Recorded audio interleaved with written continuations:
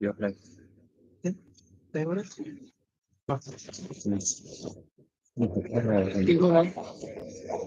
you're standing before the thing.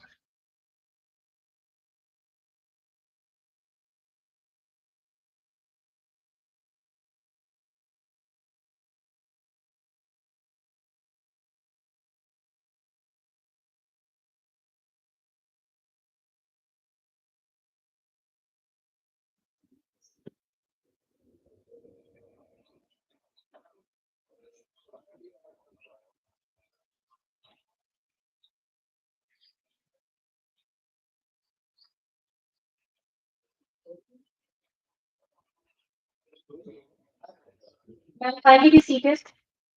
One group.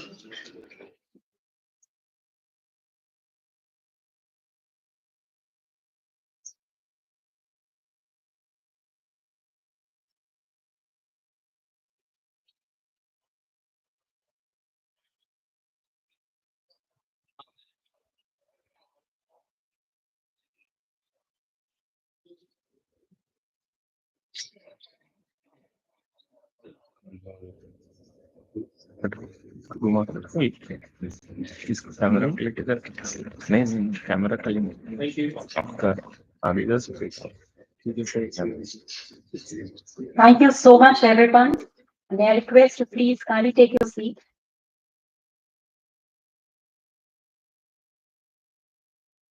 Thank you, Swarali and Kalpana ma'am, for the beautiful Saraswati Vandana. With this, may I request Sri Shyam Jagannathan ji to please welcome our esteemed guest, Srimati Kalpana Srivastav, with a floral bouquet.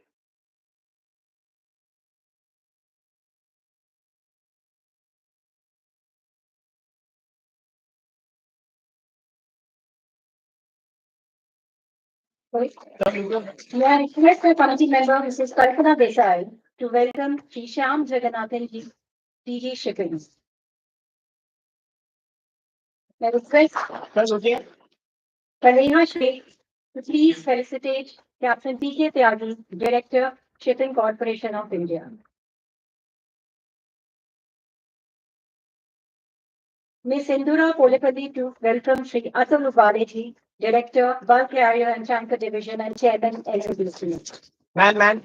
Ms. Archana Saxena, Maritime Consulting, to please welcome Dr. Pandurang Rawat, Deputy Director General of Shipping, Training and Vigilance.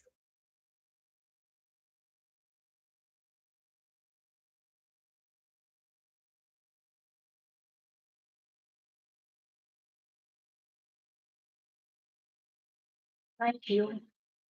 With this, we are all set for this beautiful day. And may I invite Ms. Sindura Polepalli to deliver the welcome address. Sindura. Thank you, ma'am. Good afternoon, ladies and gentlemen. I am Sindura Nadesha Polepalli, Maritime Legal Consultant to the Directorate General of Shipping, Government of India, and a member of the National Maritime Day Celebrations Committee. Welcome you all today on this momentous occasion for the celebration of International Day for Women in Maritime 2024. We are extremely fortunate to have with us Srimati Kalpana Srivastava, wife of late Sri P.K. Srivastava, Chairman and Managing Director, SCI, and daughter of late C.P. Srivastava, Padma Vibhushan, and longest serving Secretary General of IMO, who has kindly consented to our request to grace this occasion as a special guest. Madam, we are delighted to have you here with us today. We recall the great role you have played in promoting women's induction in the maritime sector. Thank you, ma'am. And also for the Prerna Trust formed by the wives of SCI officers. Thank you very much for gracing this occasion. I welcome Sri Shyam Jagannathan ji, IAS Director General of Shipping, Government of India, and Chairman, National Maritime Day Celebration Central Council. I also extend hearty welcome to Captain D.K. Tyagiji, CMD SCI, and Vice Chairman of National Maritime Day Celebration Central Committee. Last but not the least, I welcome all our invited guests, officers of the shipping and SCI, various other organizations and institutions present with us today. Before we commence with the events lined up to commemorate the great day that we have, although you all may be aware, I would still like to draw your attention to the background associated with this day. Bharat Ratna Dr. B.R. Ambedkar, the architect of the Constitution of India, has famously said, I measure the progress of a community by the degree of progress which women have achieved. He advocated for equal participation of women both in personal and professional life. Accordingly, the Constitution of India forms the bedrock for our fundamental rights and guarantees gender equality. It enshrines equality before the law and equal protection of the laws for all individuals regardless of gender. And it prohibits discrimination on the basis of sex. It empowers the government to make special provisions for the advancement of women, to promote their socio-economic advancement and bridge gender disparity. The maritime industry is no exception. Shipping has been traditionally a male-dominated industry, and that may be because of the very specialized nature of the job in the open seas and oceans, which are prone to the nature's fury. However, similar to every other field in today's world, women have broken the stereotype and have proved that they are capable of not only entering the staff profession, but they are also thriving and are making great strides as par with men. The Global Maritime Fraternity has sought to promote the participation of women in maritime industry through various measures. Resolution 14 of the 1995 International Convention on the Standards for Training, Certification, and Watchkeeping firstly invites governments to make special consideration to secure equal access by women and men in all sectors in the maritime industry. It also highlights the role of women in the seafaring profession and the need to promote their greater participation in maritime training and at all levels in the maritime industry. I may add that the Maritime Labour Convention encourages opportunities for women to promote equality of opportunity for all genders. It specifically prioritizes promotion of career opportunities and appropriate living and working conditions for women seafarers. In India, we are grateful and happy that the Directorate General of Shipping has been proactive in issuing executive orders and guidelines regarding gender sensitization in the maritime sector. The Directorate has also constituted a complaints committee to address sexual harassment of women seafarers at workplace in accordance with Sexual Harassment of Women at Workplace Prevention, Prohibition and Redressal Act of 2013. It is a matter of great satisfaction and our hearts brim with pride when we remember that during the Diamond Jubilee year 2023, for the first time in the global maritime industry,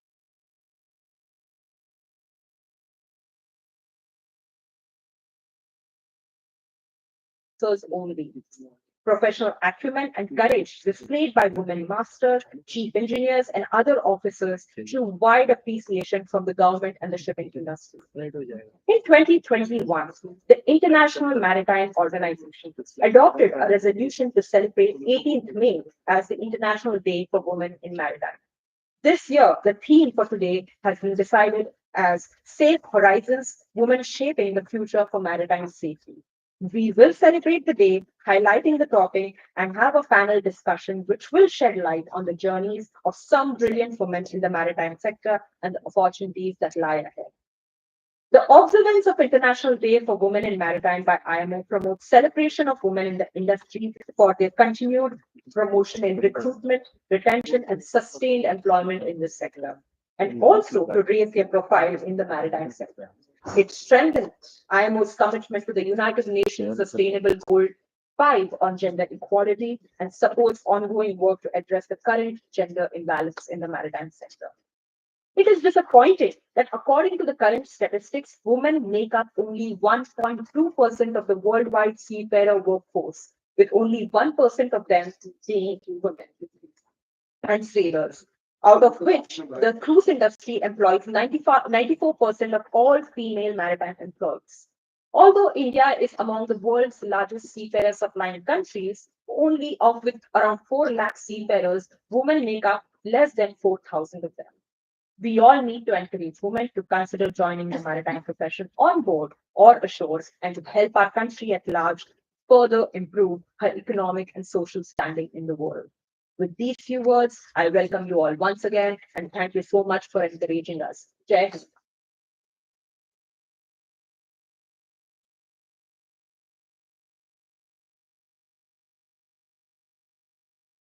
Thank you so much, Sindhura, for setting the tone of the day.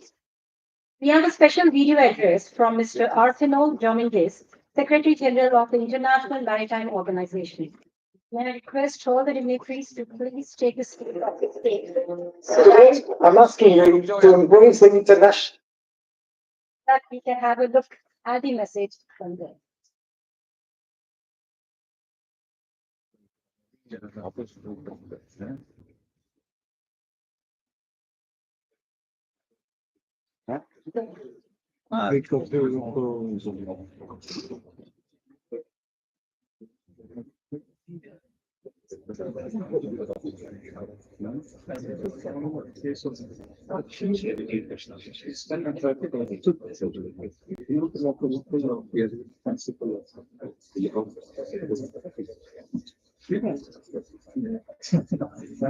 Can we please play the special video address from Mr. Arsenal? Today, I'm asking you to embrace the International Day of Women in Maritime as a significant step towards promoting diversity and inclusion, not only in the maritime domain, but across all spheres of society.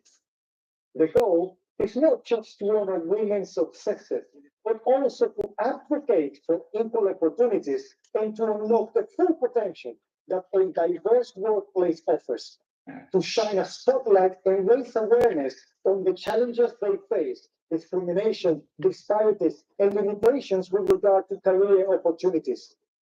Indeed, the maritime sector offers multitude of prospects for women, spanning from seafaring to engineering, from law to logistics and beyond.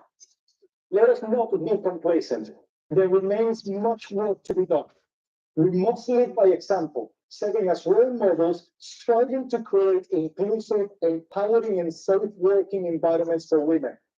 This year, our theme is Safe Horizons, Women Shaping the Future of Maritime Safety, underscoring the pivotal role women play in enhancing safety measures within our industry. Join me in championing diversity and fostering a workplace culture that breaks down all barriers to achieving gender equality. Let us make this commitment not just for today, but every day of the year. I invite you to engage on social media using the hashtag Women in Maritime Days. Share with us your insights. What does the future of maritime safety look like to you? What opportunities lie ahead as we navigate towards a greener and more digital maritime sector? And to all of you, I leave you with a challenge. Move beyond the statements and ask yourself, what steps am I taking to amplify the meaningful participation of women in the maritime industry? I look forward to your positive actions towards building a more inclusive and diverse maritime community. That is a strong message from Mr. Arsenal Dominguez, Secretary General of the International Maritime Organization. Taking this message forward, we move to our panel discussion on the theme Journey So Far, Challenges and Opportunities in Maritime. I invite Ms. Saleha Sheikh as the moderator of this session. Ms. Saleha Sheikh is the head of Women's Wing of the Maritime Union of India and NMDC committee member, a life coach and an entrepreneur. She is a co-founder of Dynamic Marine Solutions and strongly believes that women are a powerhouse of strength. Over to you, Saleha, and would request to introduce all our esteemed panel members.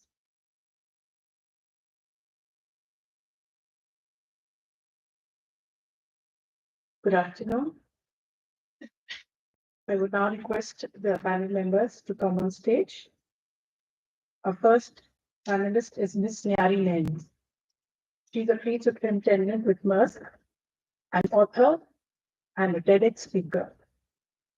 A national level volleyball player and debater, she has written her first book, Anchor My Heart, which was published by HarperCollins in India.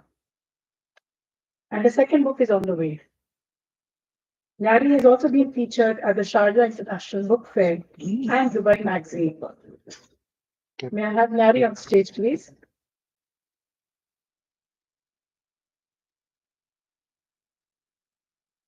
Our second panelist today is Mrs. Kalpana Desai, Board Member, Mumbai Port Authority, Secretary, All India Port and Dock Workers Federation, Treasurer, ITF POC Coordinator for India, for Transport and Dock Workers within Mumbai.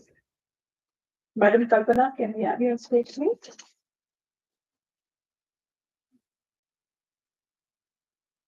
Ms. Sundara Polepalli. Advocate Sundara Polepalli serves as a maritime legal consultant at the Directorate General of Shipping. She earned a Master of Laws with distinction in International Maritime Law from IMO International Maritime Law Institute in Leeds from Malta, where she was awarded the Nippon Foundation Fellowship and the Maltese Government Prize for Best Performance in the Law of the Seas. May we have Ms. Sindhura on stage, please?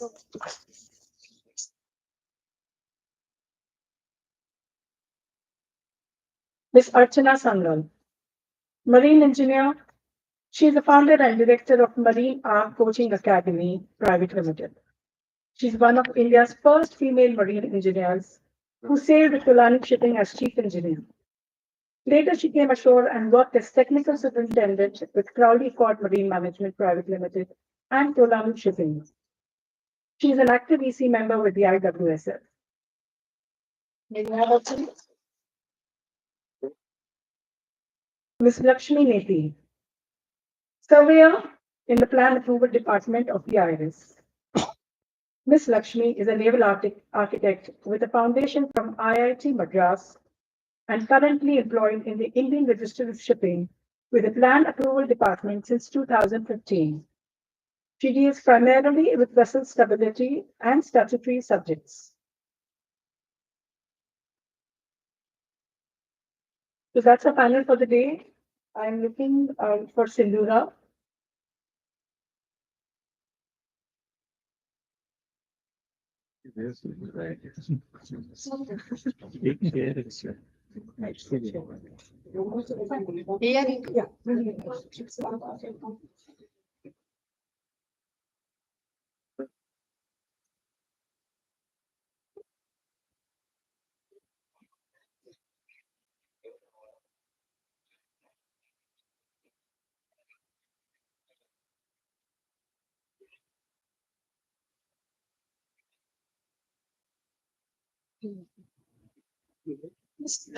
Hello, Ms. Nyarine, you have been known for your effervescent persona. You're a people's person. What brought you to the maritime industry? Thanks, Amira, for that compliment. I think just like everybody else, my entry into the maritime industry was also very, very accidental. And I was preparing for the IITs, and in those days we used to have two lists. The merit list would go into the main IITs, and the extended merit list students had four options, and one of them was merchant navy. In fact, you also had to fill up a form which was dedicated for IIMS. And one of my friends, he said, "Oh, look, I bought this form, but it's like 500 bucks wasted because my family won't allow me to go on board." Then I said, "Okay, fine." I paid him the 500 rupees and I took his form. I filled it out. And that's how that's how I landed up here. Maybe the destiny was meant to be aligned in this way, and that's how I chose this. Can you further elaborate on your Yeah, so then I started sailing in 2013 with the Anglo Eastern Group. I completed my junior engineer's training in the seventh semester itself. I was the first girl from my entire college to go on board. And then it was an amazing feeling, your batchmates are still waiting. The only three of us went on board in the second semester. And when we came back, we were like seniors in the same batch. Yeah, and then the journey went on to until 2021, when I last sailed as the first engineer or the second engineer. It was the peak of COVID era. For 6 months, the engine room staff was in many of the hotspots told that you're not even needed on the deck. So, me and my team, we were literally under the water for 6 months. We had not even seen the land, forget about going to the land. And, we joined in Brazil, just like prisoners, we were put on board. Luckily, none of us tested positive. Brazil was a hotspot. Then we sailed all the way to Australia, which was again a hotspot. The authorities would land on the deck through choppers, and they would test us outside the port limits.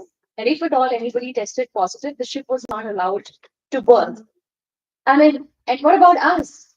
You don't allow us to berth because there's a risk for that country. But what about these bunch of 20 people?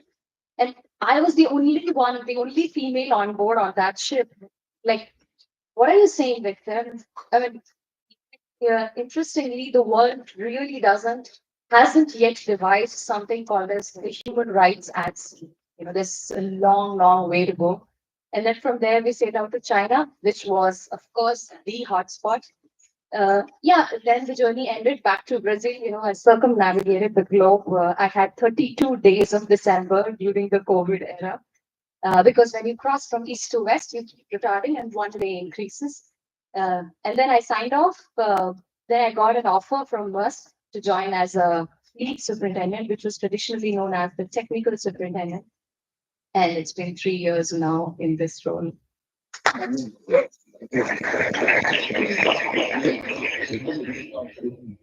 now I'm going to Ms. Kalpana Desai. You have been working in the port sector since the last 42 years.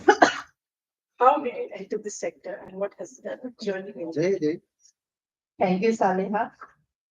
Uh, at the outset, I would like to thanks to the NMDC organizers because I think everybody knows that for the coins, there are the two sides. One is the seafarers and one is the doctors. But since last year, we have been incorporated in this event. I especially thanks to Rai sir and Bharti madam. And last time we were 12 women, and this time it is more than 25 women from the movement of organizations. So this is a wonderful platform you are providing for the port sector also and involving us. We are very thankful to the DG Shipping also for supporting us.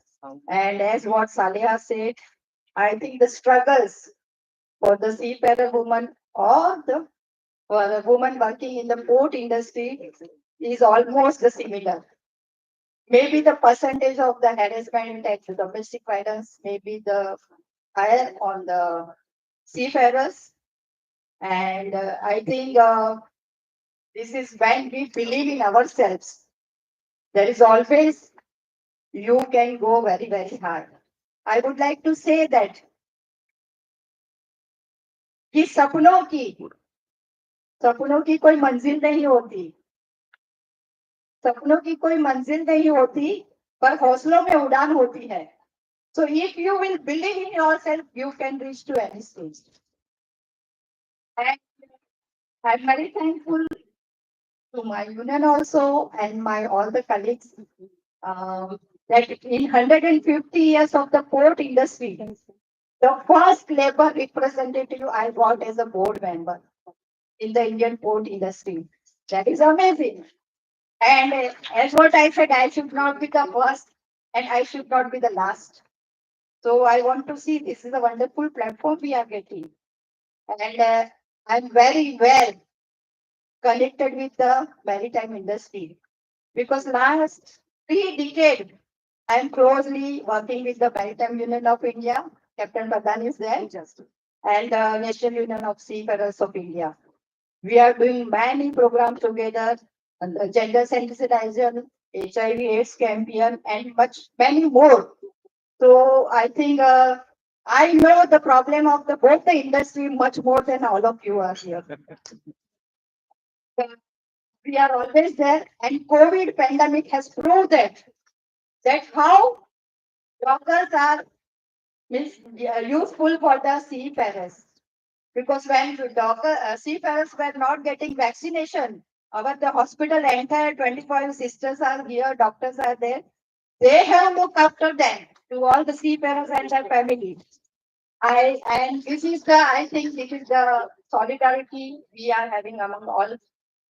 We should be. Thank you, Salia. Thank you, Kalpana, for sharing your experience. And now I'm going to Sindhura.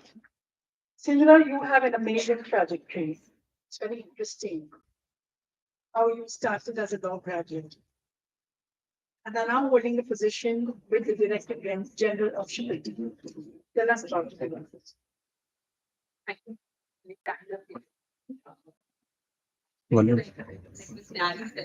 Maybe at Well, yes, go. like Ms. Nyari said, that it may be a matter of accident, but I wouldn't say that I chose the maritime sector. It is the maritime sector that chose me, because in the law, in the subjects of law, maritime law was not used within the colleges or introduced within the colleges when I was studying. It's only recently that India is looking at putting an LLM in maritime. So I was working with a law firm that specialized in intellectual property rights. And the partner said, there is a judge at the High Court of Bombay, and he is looking at IPR. Maybe you would like to clerk with him. And I went to apply to clerk with him. And he said, I've been assigned Admiralty cases. Do you want to look at this subject? I didn't know what Admiralty was. We were not taught about this subject. I said, okay, that would be very interesting. And it was a matter of chance that I looked at Admiralty. And that chance has today become my reason to wake up every day. And in India back then we didn't have courses, and most of the courses were abroad. And how I was inducted into it was because of the support not in India, but from governments in South Korea, Japan, Malta, Greece, USA, and all of them have supported my participation, because studying maritime required a lot of funding to go to these countries, educate yourself, and they gave me that financial ability to participate, to educate myself, and in all my applications, I said I wanted to serve India.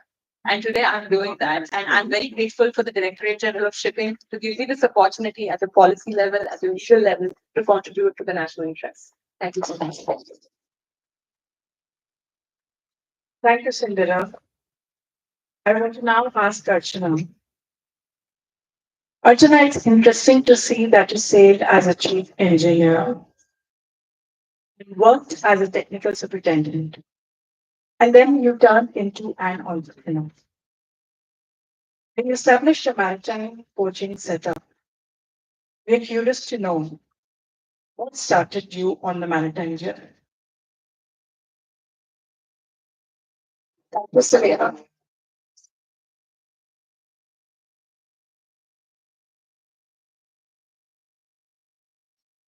Good evening, everyone.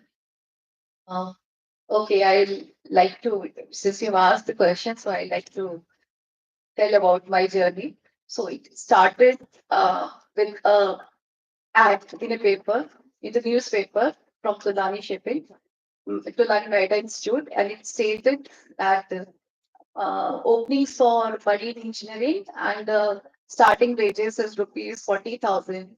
And actually, I was doing after 12th, I was in BSc, I've enrolled in BSc, and I was put in science, ECM, these were my subjects. And I hail from Dehradun. I wanted to go out and I wanted to do something very professional. I wanted to earn money actually. And that ad actually, rupees 40,000 is the starting pay. Like with that, like I enrolled, I applied for it, and we had to write an essay, and we have to just send it to the institute. I didn't tell. I have my parents were not at home; they were transferred. My father was at some other place, so I have not said anything to anyone. I just said that thing. But when there was a call from there, then I had to tell them, okay, this is what So actually, nobody knew about shipping line, no, because nobody was aware. Even I was not aware. I was just seeing that engineering and 40,000 is skill, but I was not aware. So when I told, and they were like, where are you heading for? So they called me for interview. They called us. So I just requested. There was some story behind and all. So I managed with to reach for interview with my mother, and and then still when we went there, they were all maids and all. And she said, "Eric, let's go back." I said, "No, I want to at least go for it, and we'll decide." And then I went for it, and the medicals, everything happened, and then we came back. But still, they got I got selected because there was few ladies who have applied and they have put. But it took time. My father was not a, and the fees was also high. So in the institute, there was one more girl, and there were 120 batch. He has enrolled, so they wanted somebody else also to come. So my name was also selected. So they called up and they have given some scholarship to the girls. And but still the fees was also very high. So finally, my father, he said, "Okay, I have whatever money he has had for in FDs for me and all." He said, "Okay, I'm giving it for the fees." And then I came with my father, and I joined late, actually 1 month late. All these things happened and all. And when I joined there, there was a lot of boys and everything was, so he was very much scared, like, where is she going? So then what he said, he has given me one railway ticket, reservation, one ticket, which was one week, like after that day. So he said, if you don't find anything right here, you just run away from here. And don't worry about any fees and all. So that much, support and backing he had for me. And then I came there to, to grow. And then I started, from there I started. And slowly, that since the subjects were interesting, and initially I faced some problems. So means, of course, I and my Shavani, we were there, and so many guys. So they thought, yeah, like we have wasted the seat, and there were a lot of bullings and so many things used to happen. But it's okay. We used to try it in the room and all. But then again, in the next semester, and I came back, so everybody, "Are tum fir aa gaye? Are tum fir aa gaye?" So that was the reaction. But then after 1 year, the things became normal, and we have completed the course and everything in a good way. And that is how I entered into college, and then I went on shipping. Then, yeah, ship.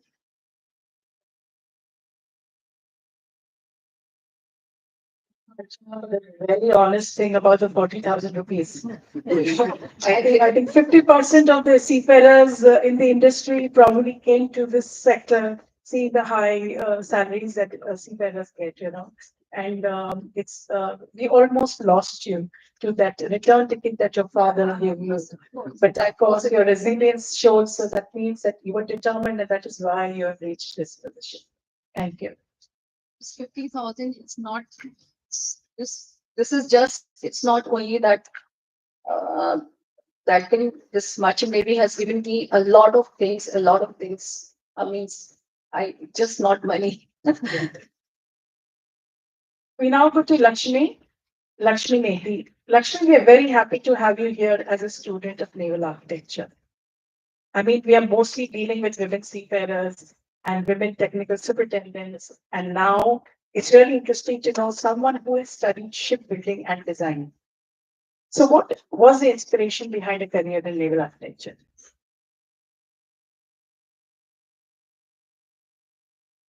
I think, most people here, my story also starts with what Ms. Nihari said. And when I was a student, there are only two possibilities: either you become an engineer or a doctor. And if you're trying to become an engineer, aim for IITs. You might get in, you might not get in, but at least try. And if, like Ms. Nihari said, if you get in the extended list, you did what she did. if you did make it in, but you were in the second half of the list and you couldn't get computer science and all the high flying departments, you chose what was available for you. And from that, I thought, okay, from the departments, I saw naval architecture. No one knew what it was. No one could tell me what it was back then. And I thought, okay, fine, at the end, I will see a ship in the sea. I'll put it in there, I'll design it, and I'll shout Eureka. So as a naive student, I decided, okay, fine, I'll take naval architecture. That's how it started. Thank you for your that. Nyari, you joined your first ship in 2013, sailed for around 8 years, and then you stepped ashore. What changes did you see in these 8 years of sailing in terms of the mindsets of people? And how did you deal with those? Yes, I think Sylvia, one of the biggest changes that I've seen is, you know, somehow I feel, the entire bunch of women who are sitting here and also in the crowd, we have a thing of, being the problem maker. At least I was, I created a lot of problems for my parents. You want to go to the ship? I said, yeah. And then you land up on the ships wherein every time the people were just so unhappy. Oh my God, there's an engineer coming and in engine room. So they were all equally unhappy.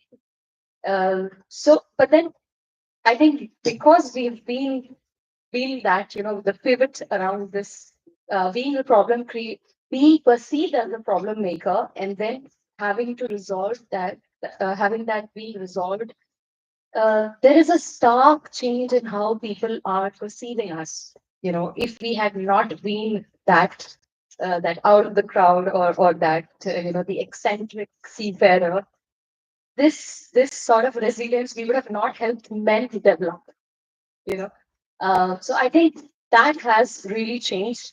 There is I mean, when we started, I guess, and in fact, we have Sonali Banerjee here.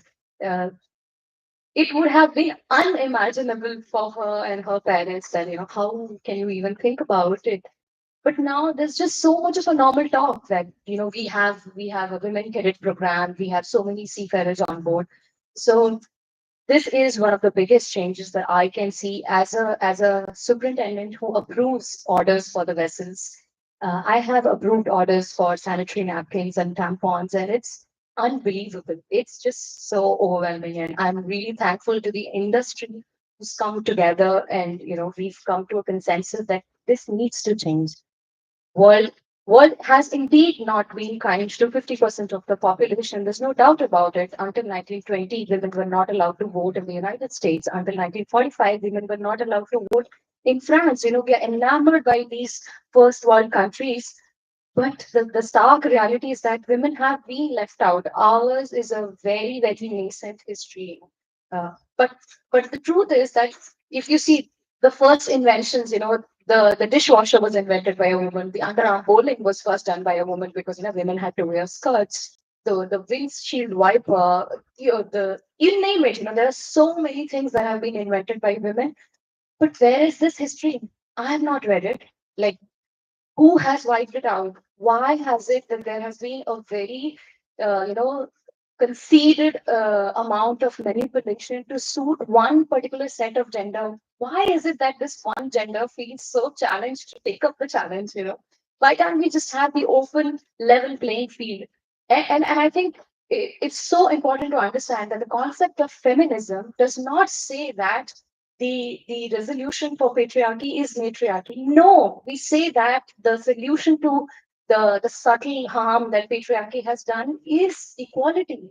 We don't talk about, oh, forget about you ruled for 5,000 years, now it's our turn. No, we don't. And I think that's the beauty of it. It's the right time to be in this world when we've realized what all the wrongs have been done in the past and how we can make good, so that's a bit.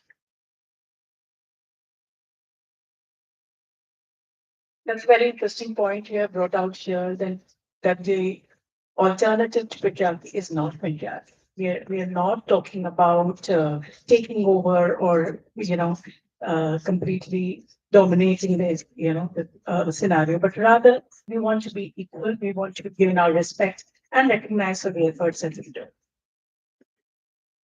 Coming to Mrs. Kalpanaji, I understand that in the 150 years of history of the Mumbai Port Trust, this is the first time a lady has been elected as a board member. And thus, you have broken a very thick glass ceiling. This position must have not been easy. What are the challenges that you faced in your entire term? I love this question because we are gathered here. I love the title, the challenges, opportunity, your achievement, and your success. So this is a wonderful platform, as what I said. So in 150 years, being elected in my union, Transport and Dock Workers Union, there are hardly 4% women voters are there. The remaining 96% are the men. And when we are talking, it's a man-dominated world. So you have to accept all the challenge. You have to be in the confidence among all the sides, and your work should speak on behalf of you. And believe me, in 150 years, I am the only woman who got elected with the 96% votes. So I like the Nyari said that there are a lot of challenges, lot of challenges. We all are talking about the gender equality. I heard DG in the last few days back, he was saying that we are having only 3% women seafarers. And is very true. So we have to reach up to 97, not the 97, but at least to 50%. When we want the gender equality, we have to work hard. We have to accept all kind of the challenges. As what Mary said, I still remember for the HIBS champion with the new C and MU, we been to the board. And there was the only one lady. She was on the board. And just for the curiosity, I asked her, how because here all the captains are sitting, so I just would like to share this. So, do you feel here comfortable? All crews are the men. He said, yes, very much comfortable because our law, she was from the Netherlands. He said, our law is so powerful, so nobody dared to do any injustice to me. I felt so good. And after a few days, I've been to meet some MU and New Zealander. The two crew members have come. Not crew member, they were the second, third engineer.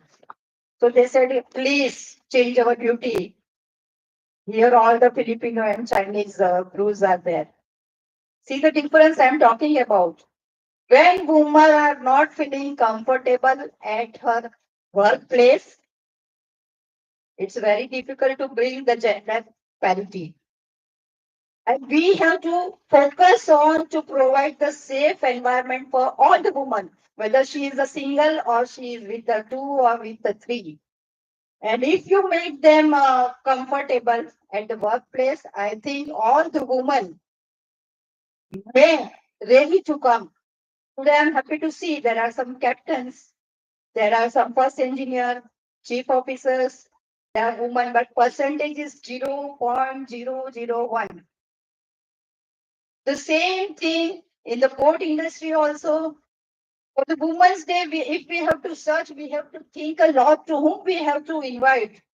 I'm very happy. Here another Kalpana is also there. I think Kalpana is always powerful. So it is very difficult to find out the woman for the Women's Day program also.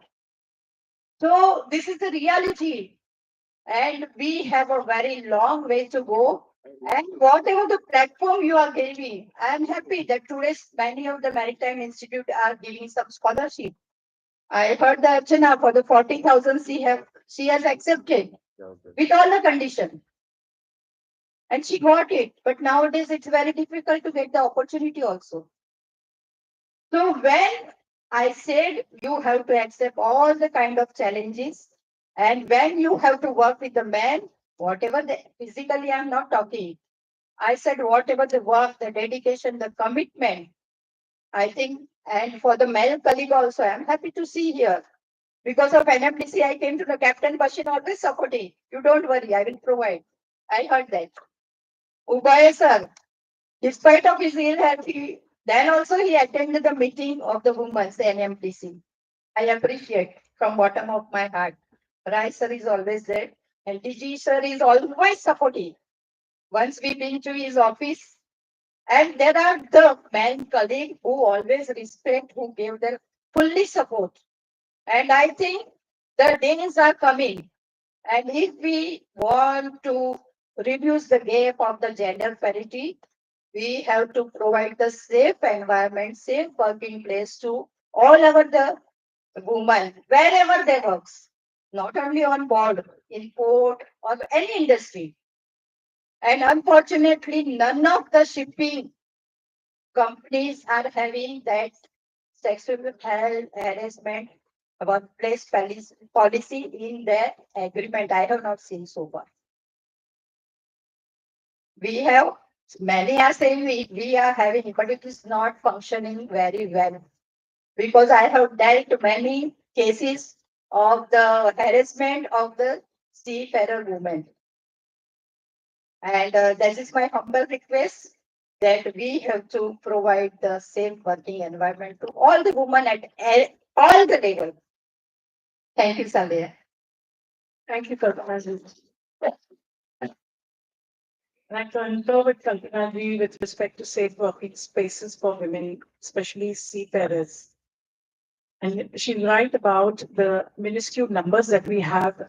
But the most amazing and positive aspect today, when we compare it to 5 years back, we have many more seafarers, women seafarers coming ashore, coming on board now. Like I remember 5 years back, I used to speak with company heads and ask them, why are you not employing women seafarers? And they had every possible reason for not employing them. They used to tell me that, we don't have a company policy to hire women.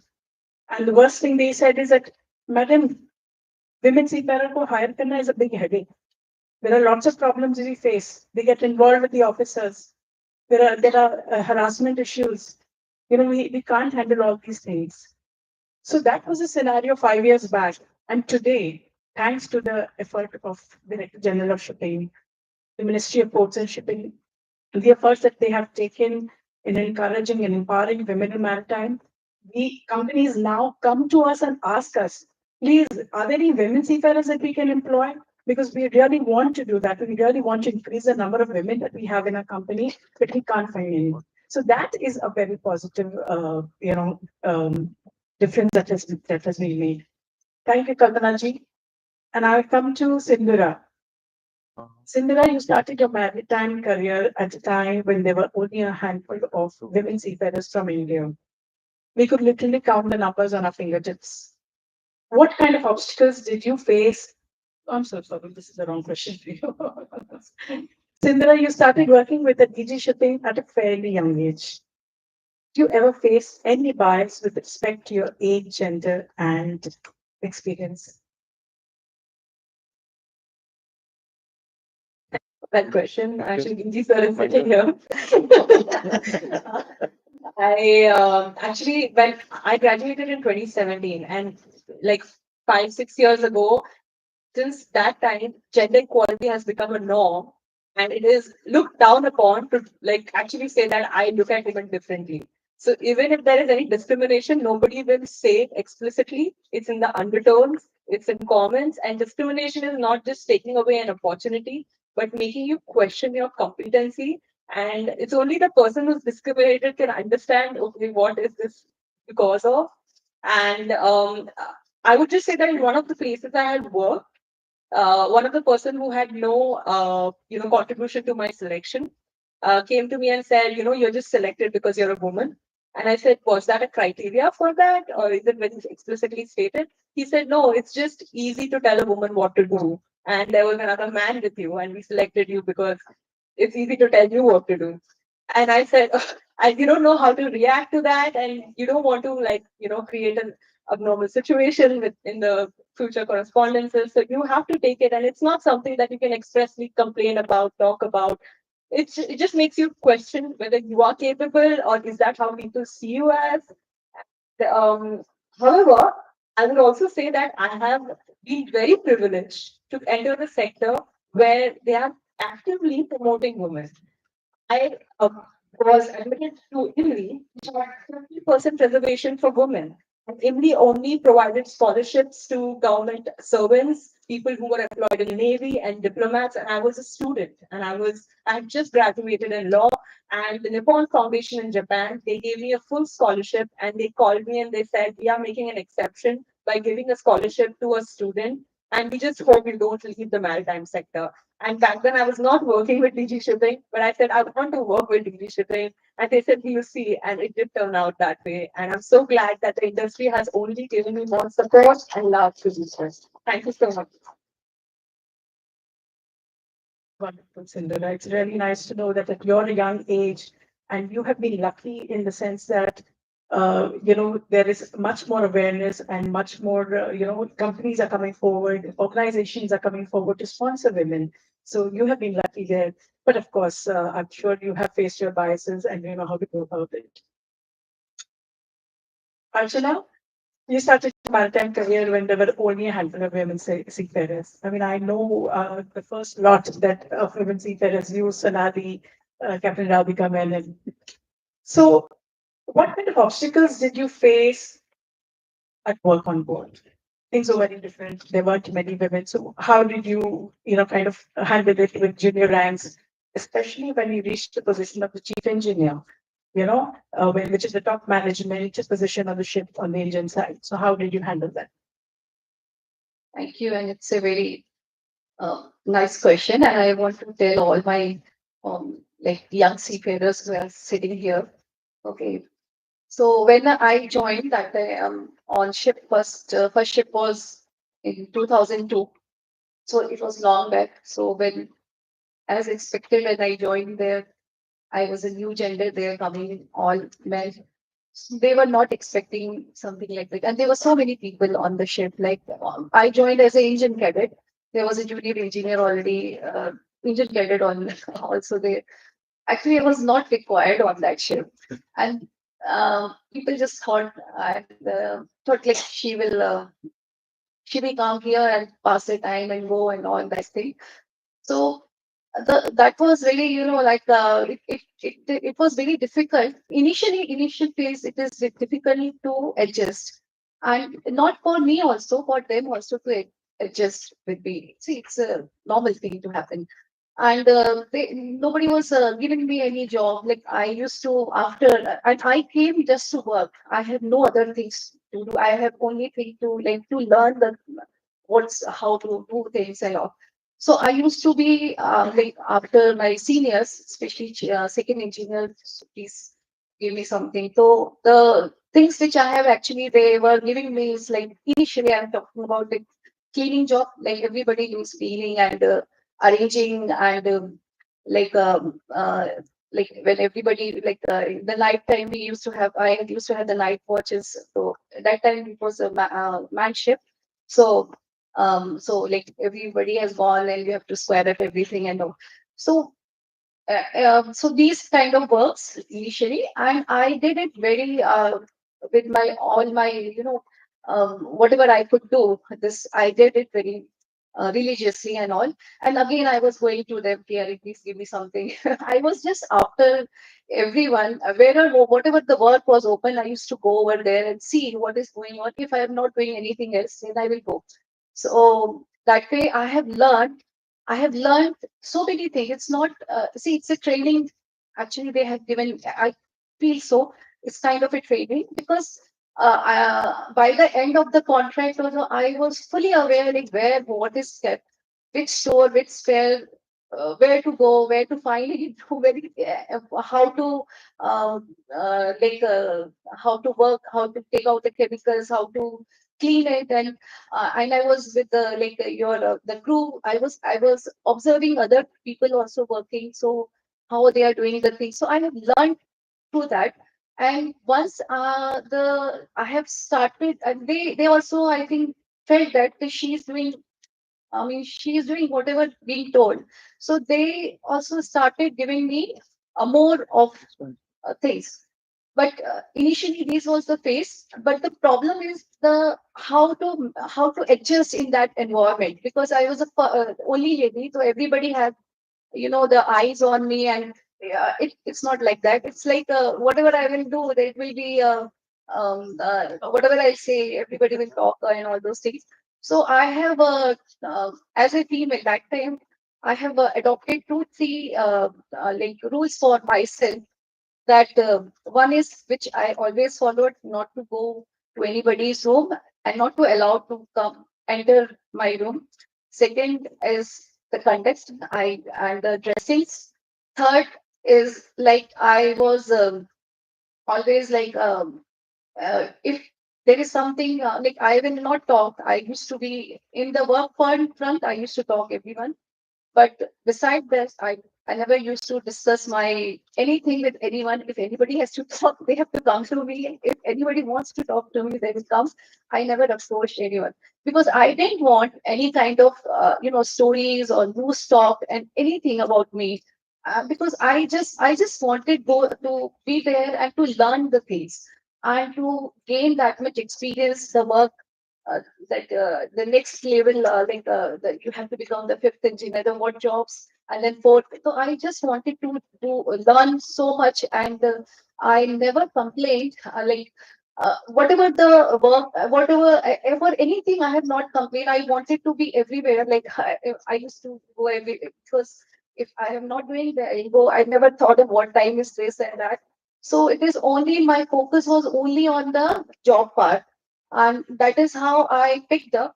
And there was an incident when everybody was like supposed to sign off. There was something, and they have holded me only because this Arshana, she knows everything here in the everything, like where everything. If you tell her anything, she will bring it. So all the when the new crew, especially the chief engineer, he only told me that like why you are holding her, because and she's a female, and no, she's the one who will tell you all everything, and all the that the daily routines and everything she will tell. So that is how I have picked up. So my message is for everyone: please, whenever you go, please just focus on the work. We are not there to make friends or any kind of thing. I don't remember any other thing. I have it beautiful. I had a beautiful family at home and all. So only thing, just focus on your work. Just be after it. Like take every opportunity, whichever you get, whatever is happening. You just see, we observe everything, and finally people will start believing in you, and they will start giving you the things. So this was as a junior level. At the senior level, as a chief engineer, when I was there, so I was younger than the all other all other crew, and only fifth engineer was younger than me, and otherwise all were senior to me. So they thought, okay, this how she will they had like a yes. So it's okay. I thought the only thing when I was very well prepared. I know that, and I was very seasoned in that. Like in the machinery part, I have, because I have worked a lot after after this thing. My seniors and all, they have actually taught me, and I have really worked very hard, and I knew each and everything detailings, and where anything can go wrong, everything. So when I joined this chief, so I never went to anyone after anyone and asked anything. If any problem is there, please, they come. They used to come to me, and if I only, my thing was I should be able to solve that problem. And if I solve, then everybody are okay. This is a brasa. They used to, yeah, okay. So Neha, I've been instructed to convey about the time constraint, but I couldn't do that because today is the day of women in maritime, so I can't let them stop. Today they have to speak. Yeah, you're right, Abhika. You must give them that much time. Anyways, thank you, Archana, for your response there. Lakshmi, you joined the shipbuilding industry at a time when there wasn't much awareness about it. And I'm curious to know how many lady naval architects do we have in India? Also, 656, yeah. that means there aren't enough mentors to look up either. How did you work your way up without enough mentors around, and what kind of challenges did you face in your journey? Sure. So the choice of naval architecture itself was a big question mark for my family, and in a batch of 60, 70 odd students, I think there were only 3, 4 girls. And to my knowledge, in all my years in college, my juniors, my seniors, I think only 4 or 5 are still in the industry. Everybody joins with the intention of moving to greener pastures, like degree ले लेते हैं कुछ और कर लेंगे बाद में. That's the intention. So to stick to naval architecture to form a career in it was a question mark because location was an issue back then, and career opportunity post graduation was an issue back then. And I was fortunate that when I joined Indian Register of Shipping, I was mentored by Ms. Paradila Rajalakshmi, who is the first woman naval architect in India, and she set up an environment where I could basically develop and build a foundation for my future career.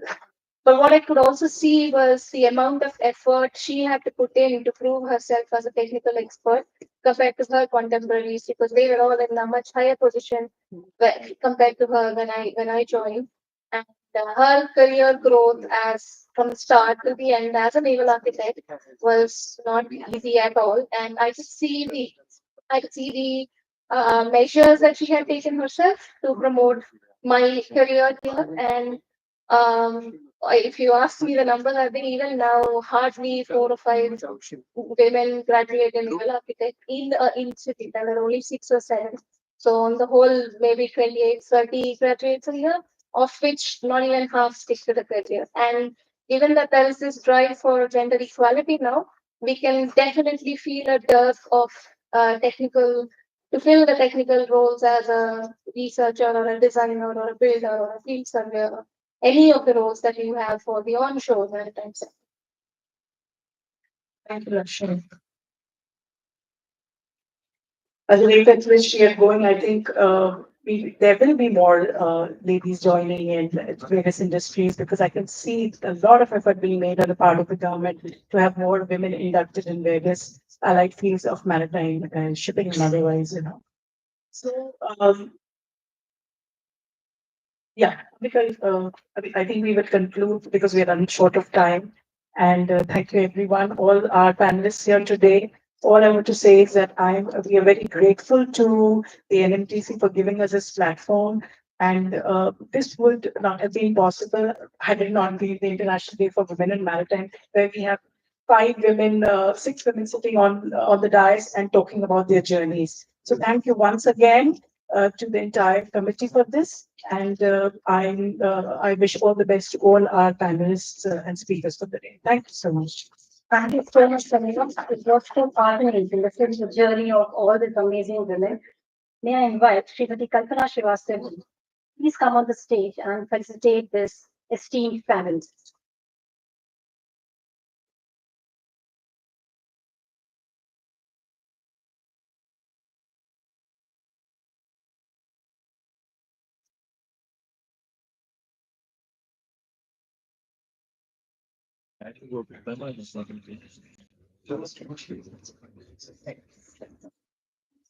Yeah. First to the Saleha Sheikh, the moderator of today's panel. You did an amazing work. Thank you, Saleha.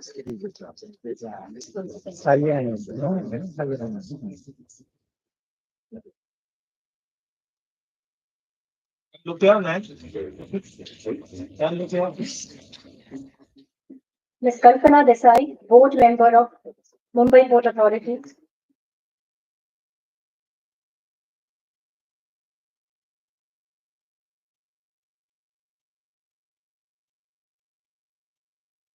Nowadays, Land, Superintendent Maersk India. Man, look here.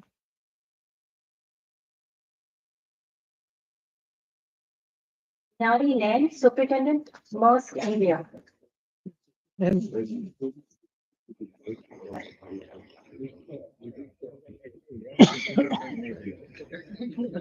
Archana Saxena, IWSL.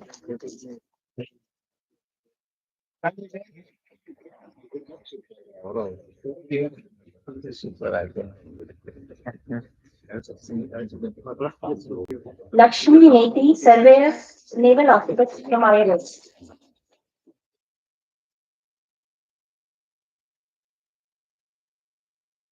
Sindhura Polipalli from the Ishikans.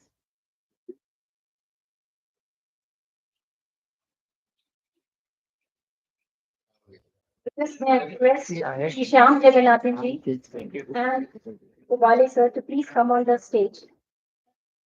Get to please join the group pictures.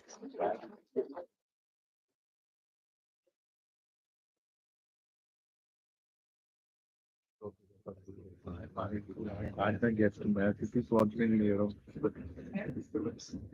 Can you please come forward for a group picture?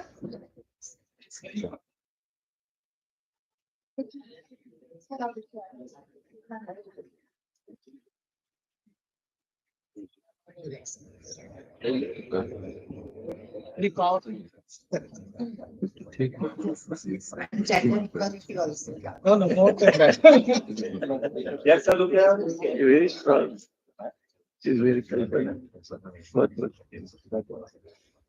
Oh. Huh? Thank you. Thank you, all the dignitaries, the panelists. It was a beautiful session.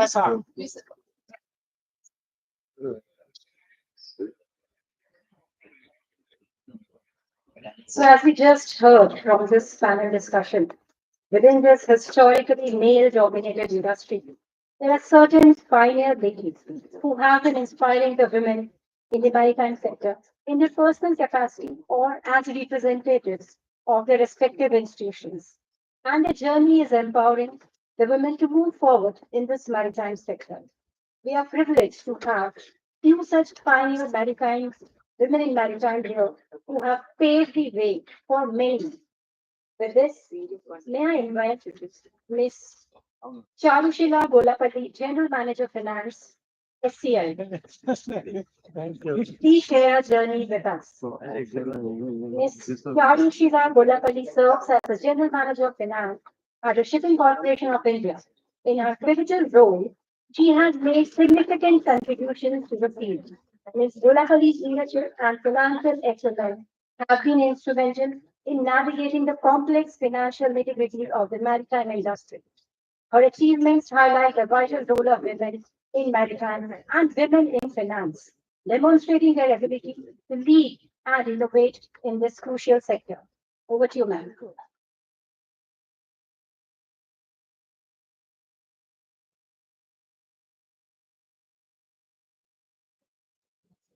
Good afternoon, everyone.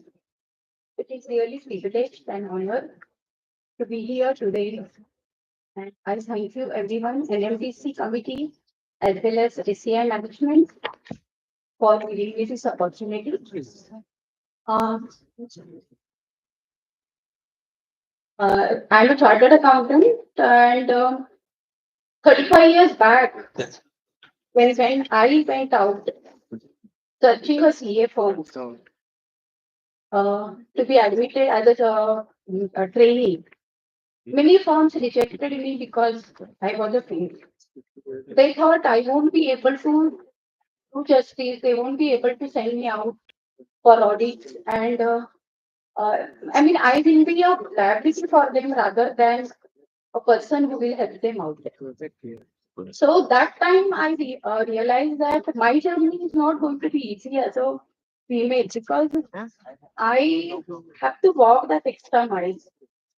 And that remained always in my mind. I completed my CA, I joined SCI in 1995. So because I had that thing in my mind that journey is not going to be easy, but if I have to continue, my parents have taken such efforts to give me this education. Now, even now, today we hear Beti Badhao, Beti Bachao, Beti Padhao. So 50 years back, my parents put me to school. So I was lucky. I consider myself lucky always. So when I joined SCI, the another challenge came to me because it's a different sector altogether.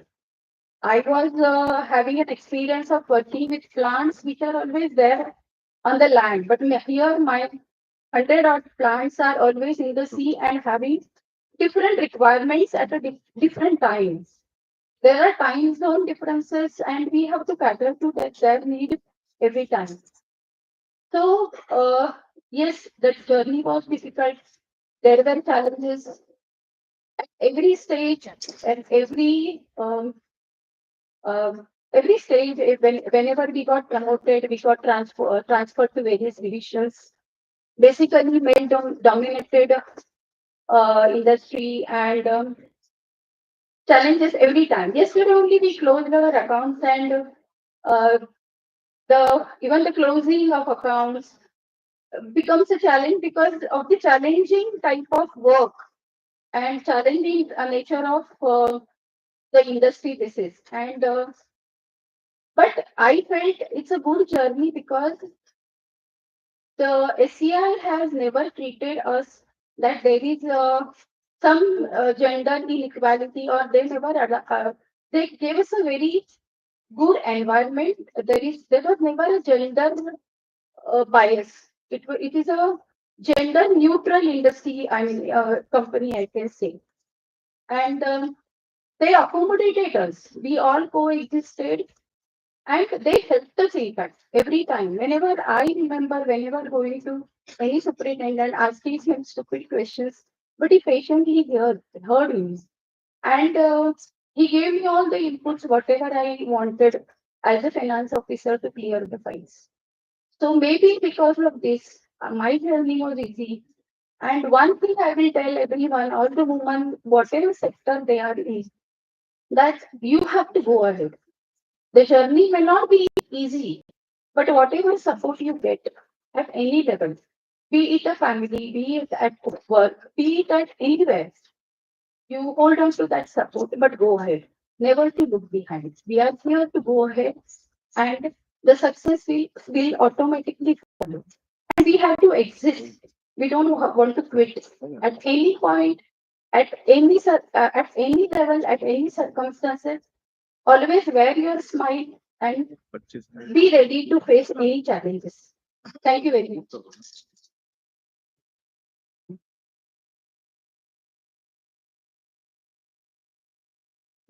Thank you so much, ma'am, for your inspiring journey sharing with us. We move forward to another such lady in Maritime, Miss Ishita Chattopadhyay. Miss Ishita Chattopadhyay is the Managing Director and CEO of Confidence Shipping, one of India's premier and leading companies instrumental in putting Indian nationality group on the global map. Succeeding from her father, founder and chairman, Mr. Ashok Chattopadhyay, who was also one of the founding members and founding director of Cosmo. She now also is the first female director of Cosmo. Ms. Ishita is a dynamic leader, businesswoman, and visionary who believes in making a true impact in the Indian shipping industry through latest technologies and innovative solutions.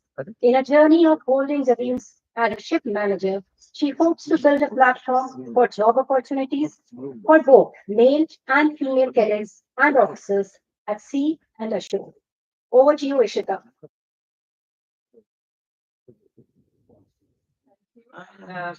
Good evening to everyone here. It's very nice to be here today and see amazing women leaders and be part of this journey. I'm still a narrator.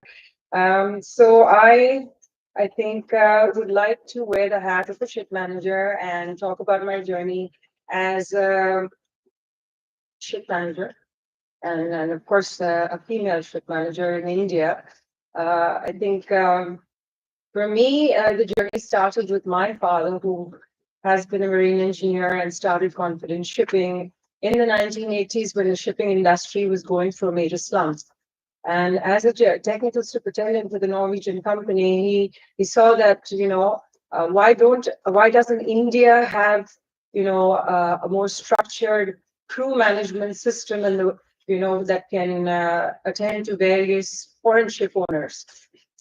So he came back at the age of 28, started with a single desk and chair with that single thought and idea that we need to bring the Indian nationality seafarers to the globe. And with that trajectory, of course, we're very proud to having signed the first collective bargaining agreement with ITF London in 1984. And he was also one of the founder members and founder directors of FOSMA. FOSMA is also a beacon because it invites the foreign ship owners and ship managers across the globe to, come and employ Indian nationality seafarers, and also is a policy hub for better systems, better training. So on and so forth. Of course, the initiation of the Indian crew management systems today, we are very proud that we're the third largest nationality of seafarers globally, and now bringing women in the presence. Confident shipping is also honing a lot of women. Right from village towns to educate them about this particular industry, because a lot of women, a lot of people generally in India, in my opinion, have yet to know much about the Indian shipping industry. So we need to really do a bigger job, both as male and females, to bring the Indian shipping industry or the diaspora to the globe, and the globe should know about what the 7,500-kilometer coastline of India holds in terms of ports and sizes, and really in terms of strength and size, we can do so much. As a ship manager, this is both for males and females. I think it's an equal opportunity world. Having studied in the United States and worked in the United Nations, we speak the language of equality, human rights, and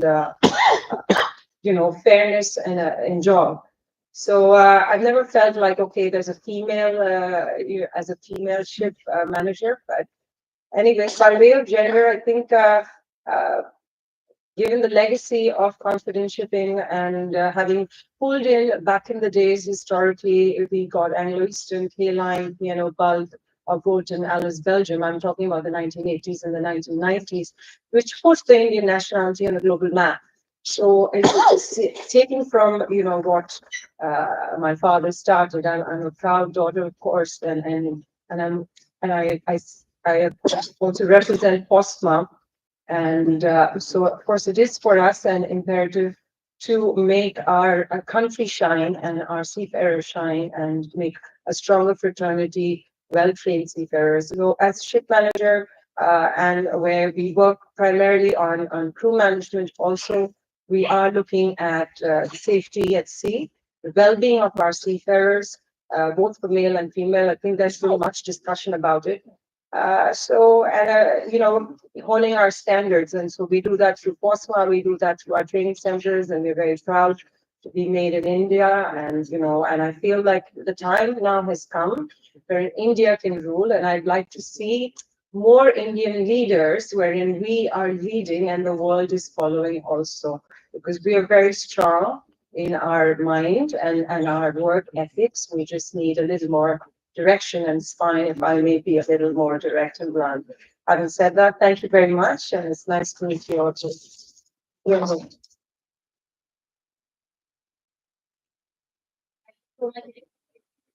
May I request Sri Shyam Jaganathan ji to please present memento to our esteemed speakers.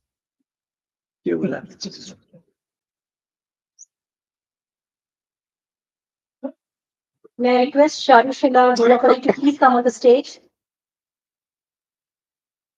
Miss Ishita, if Miss Ishita is around, kindly come on the stage.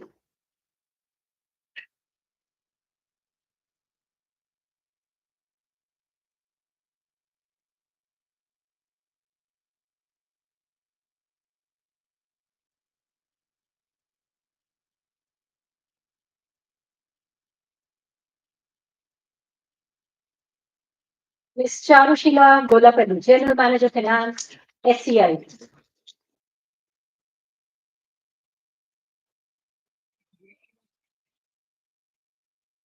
Mr. Kani state that for quick picture as well. Ms. Ishita Chattopadhyay, Managing Director and CEO of Confident Shipping.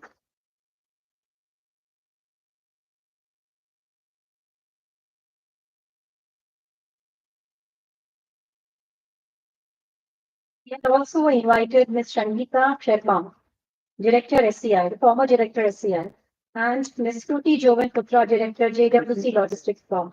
But due to certain exigencies, they couldn't make it.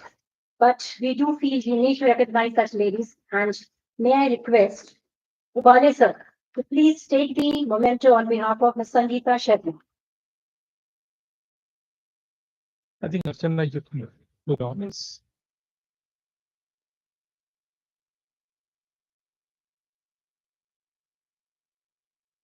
And may I request Ms. Sonali Banerjee to accept the memento for Ms. Kruti Jovan Putra.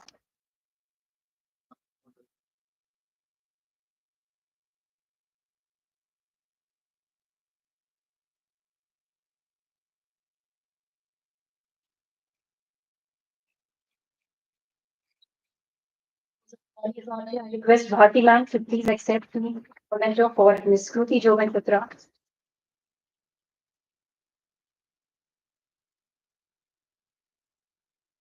Request Captain P.K. Tyagi ji, Kalpana Srivastav ma'am to please come on the stage for a group picture. We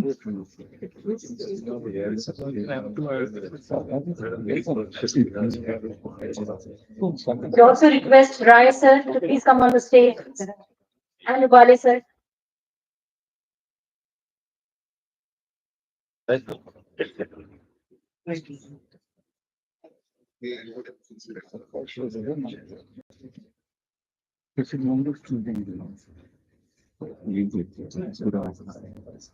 Dr. Pandurang Raut sir, please join on the stage.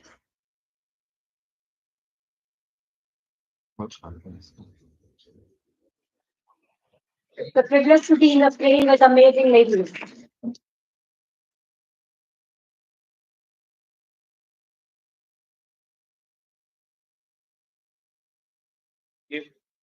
Thank you so much.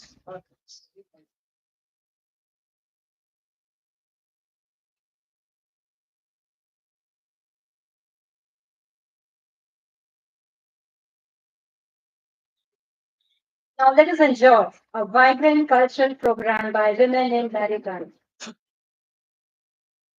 We now bring to you a Jagran by 6 girl cadets from Samudra Institute of Maritime Studies. And it's titled as Jagran. So over to you, Samudra Institute of Maritime Studies, girl cadets.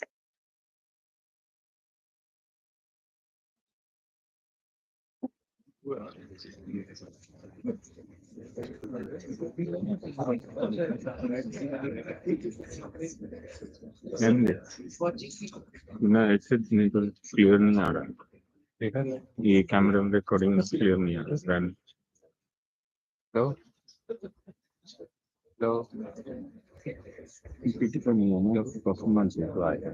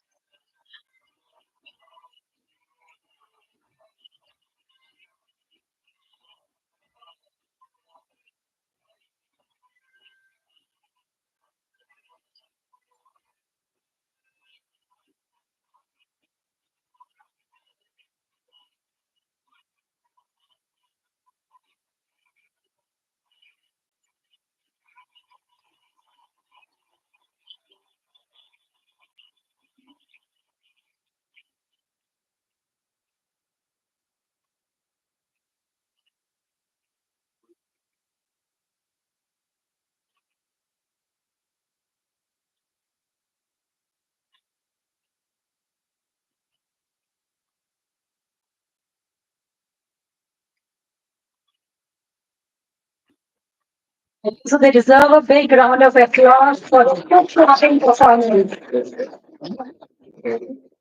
Sarati Kamri, Saloni Kumari, Shubhangi Are, Achal Chamra, Dakshina Jitesh, Rajalakshmi A, Devika Ji, Swasti Bilava, Rapsi Badoni, Niranjana Sabu, Srinanda G. Kumar, Harli Kaur, Niharika Sharma, Navneet Kaur. This is Poonam Kesarkar. Thank you so much. We love this. We move forward to the team from Mumbai Port Authority.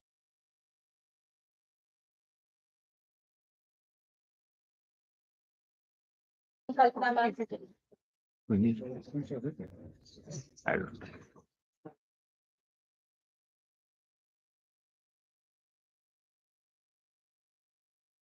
Good evening, everyone. Happy International Day for the Women in Maritime. We, the women from Medical Department of Mumbai Port Authority, are grateful to the organizers for giving us for this opportunity to be a part of this grand event. We will take you to a journey of Indian women till now. This journey is full of inspiring women who have broken the gender barriers and excelled in different fields like politics, sports, art, so on and so forth. So let's meet few of them. I'll just go down and give space for them to come.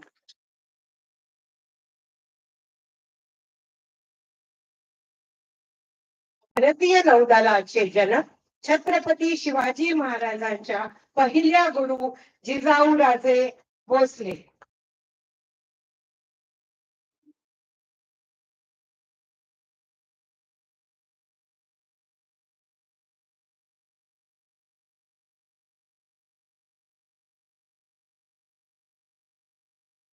शिक्षणाचा पाया रचणाऱ्या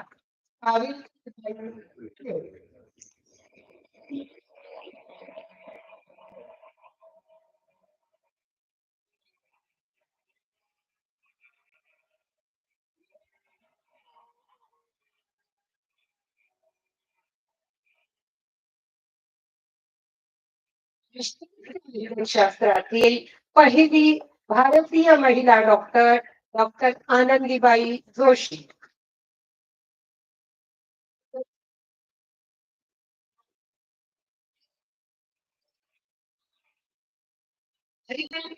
Medicine with integrity, humility, honesty, and compassion.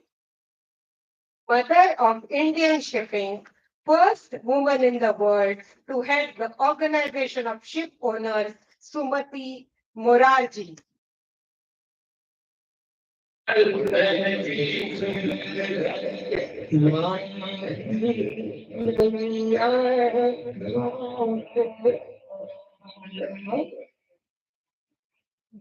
Humanitarian Mother Teresa.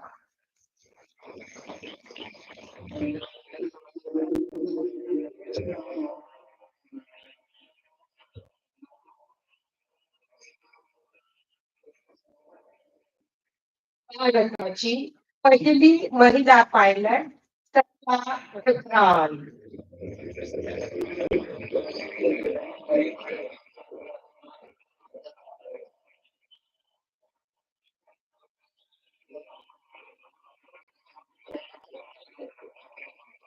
I am Lady of India and the only Lady Prime Minister of India, Indira Gandhi. Oh, stop it. It's not a journey. It's not a journey. It's a pillar.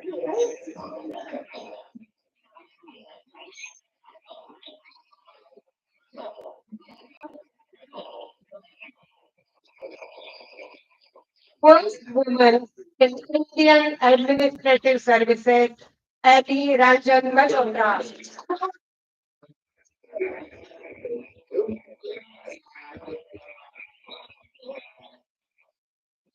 भारताच्या पहिल्या महिला राष्ट्रपती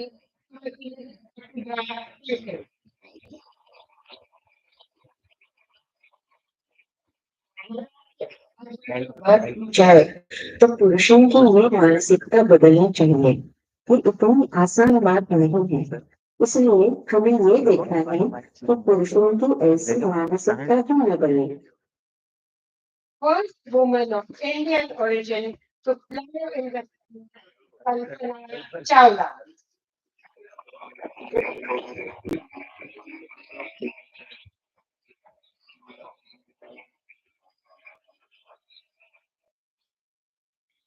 First Muslim woman of India.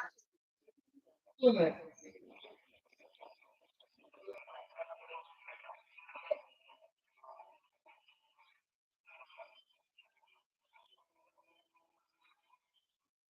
Golden Queen of Indian track. Star.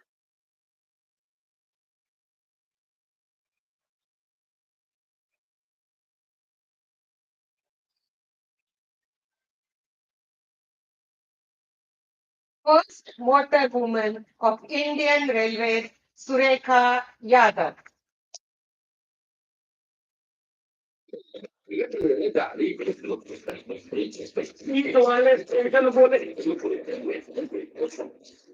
First Indian woman to get Olympic gold medal in boxing, Mary Kom.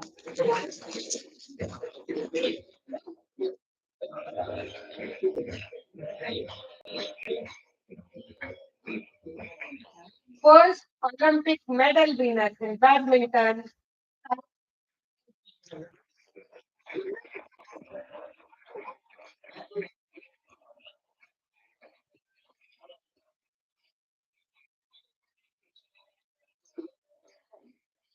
woman to hold the position of chairperson and managing director at Shipping Corporation of India is SRG.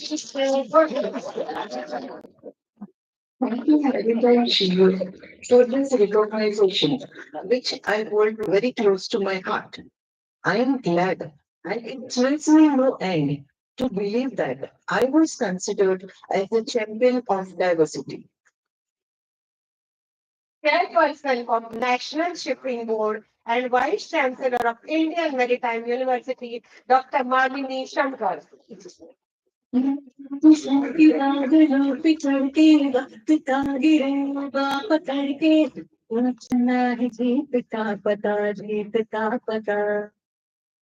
First woman captain in Merchant Navy, Radhika Menon.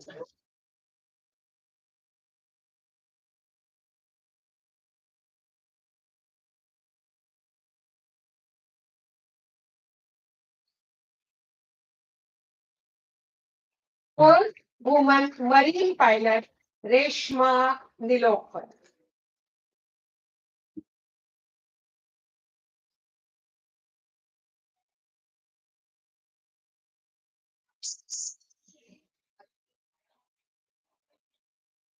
आपल्या लाडक्या Mumbai port ट्रस्टने नुकतीच 150 वर्ष पूर्ण केलेली आहे. या 150 वर्षाच्या वैभवशाली इतिहासातील पहिल्या महिला trustee Shrimati Kalpana Desai.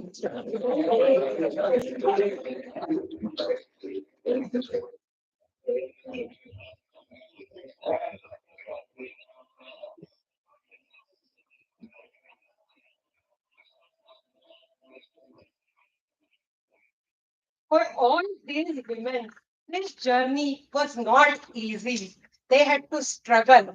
But nowadays, with the change in times, ladies are getting help from all their male counterparts, from the government and from the society. So this journey of women from difficult times to reaching the sky is absolutely thrilling. So we just salute this journey of women from difficult times to reaching the sky.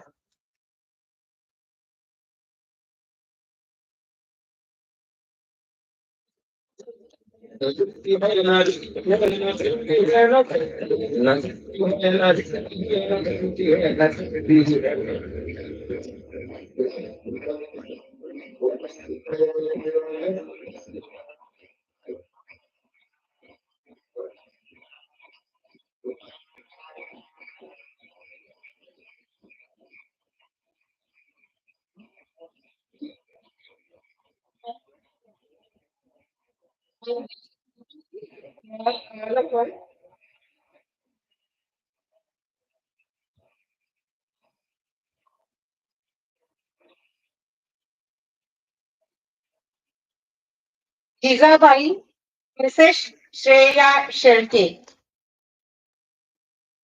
Savitribai Phule, Mrs Kadambari Dolas. Anandibai Joshi, Mrs Maya Dole. Sumati Morarji, Mrs Lata Pawar. Madan Kanecha, Mrs Surekha Dongre. Sarla Thakral, Mrs Pravina Shirodkar. Indira Gandhi, doctor Trupti Tilve. Anna Rajam Malhotra, Mrs Minal Patekar. Pratibha Patil, Mrs Shubha Patil. Kalpana Chawla, Mrs Swarali Malwade. Steffi Thomas, Mrs Sangeeta Krishnan. P Usha, Mrs Lata Devendra. Surekha Yadav, Mrs Deepika Kambe. मेरी कोम, Mrs Parvati नीली. Saina Nehwal, doctor Jyoti Kale. Arjit K. Doshi, Dr. Darpana Patel. The brain behind this program. Malini Shankar, Mrs. Tayekar. Radhika Menon, Mrs. Rupali Gaikwad. Reshma Nilopar, Dr. Kirtilata Karusi. Kalpana Desai, Mrs. Leena Sawant. And myself, Dr. Vaishali Deshpande.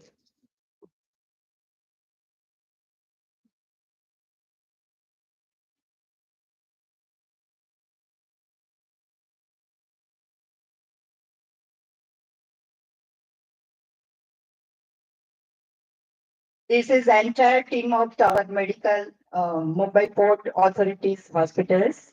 We are very thankful to Chief Medical Officer and of course our chairperson Raju Chalota ji for giving us this opportunity. And this was surprise that my name was also added. I was not aware. Thank you so much. Thank you once again. You all have done a brilliant job. Thank you, madam, for giving us this opportunity to come and interact with maritime sector people. Thank you, Mumbai Port team. Truly a befitting tribute to the torchbearers of India The leading ladies who have paved the way as depicted in this act will continue to inspire us all. Dedication and contributions of these path breakers serve as a guiding light for the future of women, including women aspirants in the maritime industry. And we are grateful for the enduring legacy. With this, we move forward to a short play on assertiveness by Anglo-Eastern Academy.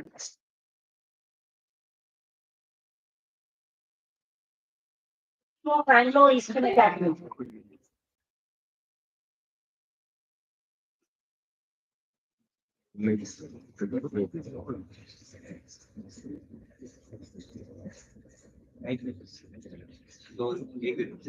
मैंने मैं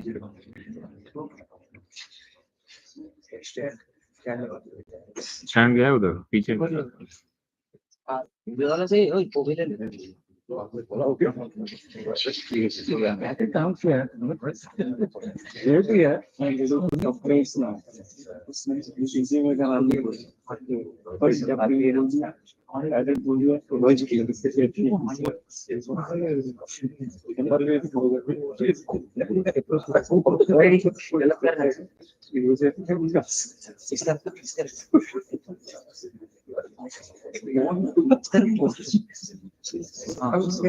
रात को 11 बजे तक देख रहे थे कितने का बचेगा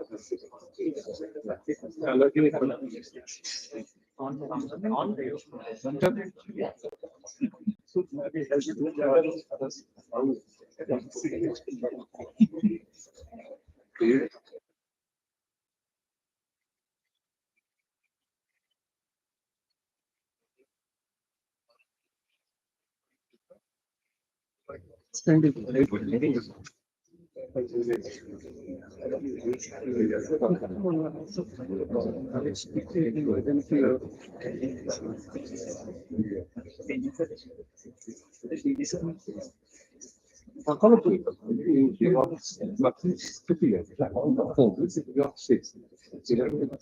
medical team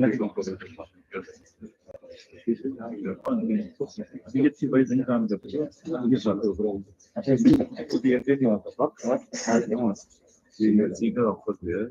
Right after that, it was also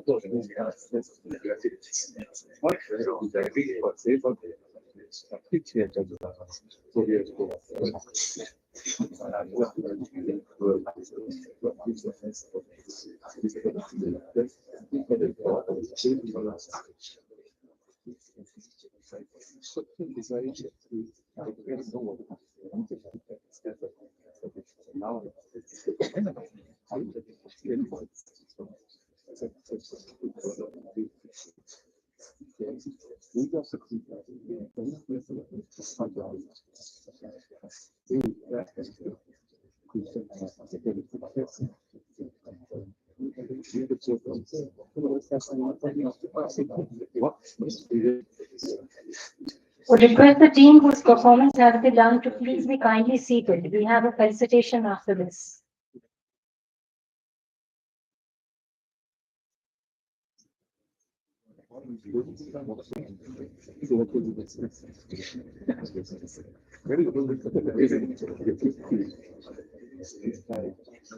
A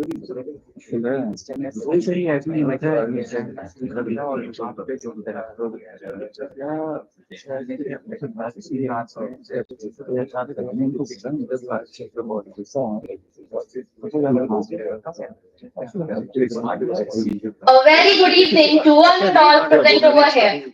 Today, on behalf of Anglo-Eastern Maritime Academy, we are going to present a skit which is basically based on gender diversity. Right now, in this skit, we'll basically show you how a person can react assertively if someone is manipulating him or her. Right now, we are going to start with a skit in which we have Captain Gurjeet Singh and Third Officer Shweta Deshmukh. And right now, she's keeping her evening lookout. Let's see what happened now. Sweetie, sweetheart, sweetie, Shweta, are you not listening to me or? So did you call me, sir? I can't see no one, I can't see anyone else over except then you and me, right? Sir, but my name is not Sweetie or Sweetheart. So what should I call you with? Feel appropriate you calling by my rank or by my name, sir. Frankly speaking, Shweta, can I ask you what's your age? So I'm currently 25 years old. So I guess maybe I'm 15, 16 years older than you, right? Yes, sir. I have a daughter right at my home. So if you are you thinking that maybe I'm having wrong intentions for you or something like No, sir, but I'm not feeling comfortable about it, sir. that? So what should I call you with? Maybe your rank or something, right? Yes. Okay, so it's getting messed with. Please give me the journal. Actually, should Miss Shweta, do you know we have a PSC inspection tomorrow, right? Yes, sir. So maybe after 15-20 minutes of what will be over, right? Yes, sir. So please come and meet me in my cabin. We need to Sorry. discuss about it. Come and meet me in my cabin. We need to discuss about it. Can you meet in bridge or in the shift office for that purpose? Why for in my cabin? Why not? But I'm not feeling comfortable about it, sir. So, are you the only one whom I am training? Let me tell you. Let me tell you frankly that I have trained a lot of cadets before than this, right?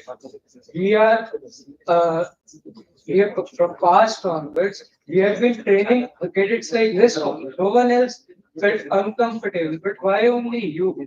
Sir, the problem might not be with you, but sir, I'm not feeling comfortable about it, sir. Oh, Molester, is that the direction the wind is blowing, right? No, sir. Can we just meet and do the work in the bridge or in the ship's office? Okay.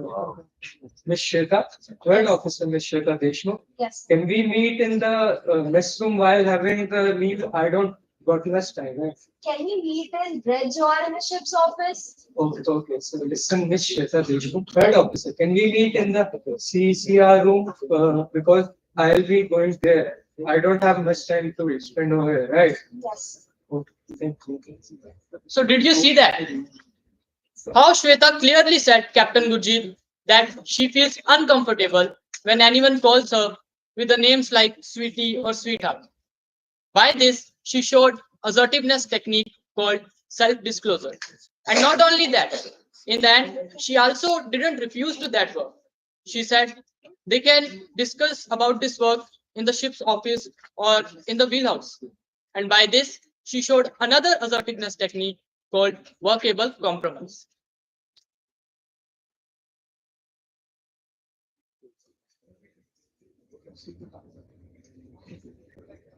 So in this scene, we have Captain Ritika over there, Cadet Ravinder, and Observer Gurjit. Let's see what they're gonna present in front of us.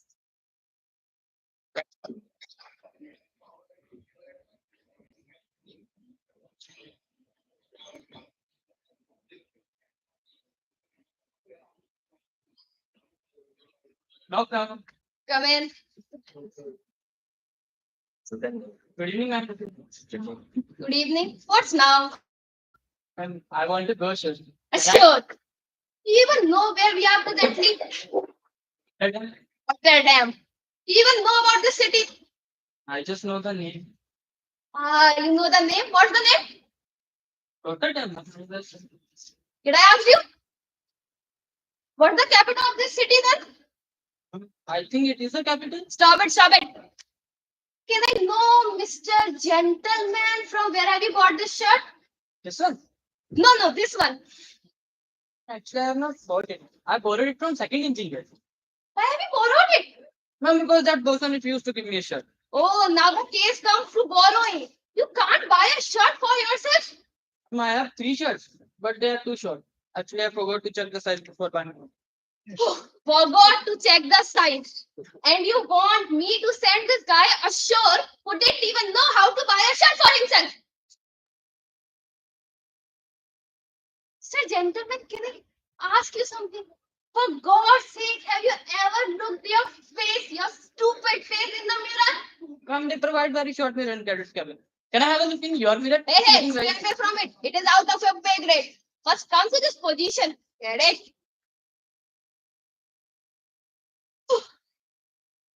Listen, let me tell you one thing. You literally look like an idiot. I mean, this is the still better. My friends used to call me scarecrow. Ha, that is better, scarecrow.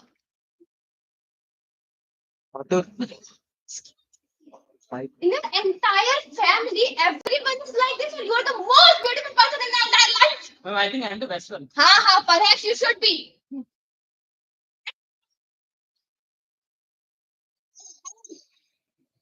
Oh, work. Almost done, ma'am. Hey, listen, I don't have this word almost in my dictionary. Go for your so-called ashore Rotterdam and meet me when you come back from your shore. Thank you, ma'am. Thank you. Hey! Oh, sorry.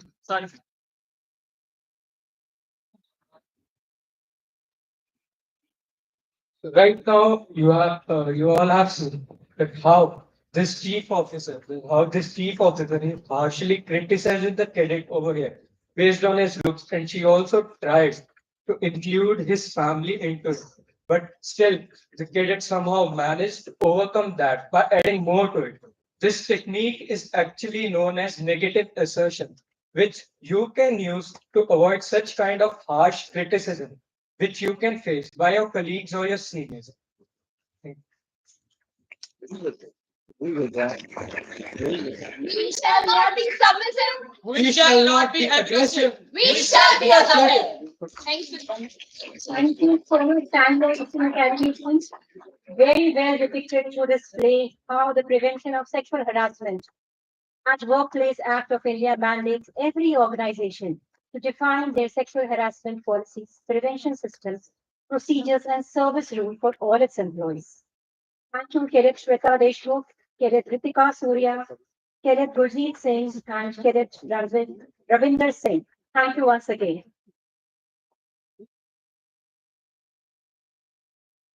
We move forward to Lehroki Ranu, Navigating Through Waves, the literal translation. A sketch by Chief Engineer Mrs. Jyoti Nayak and Ms. Glenda Sidva from Samudra Institute of Maritime Studies.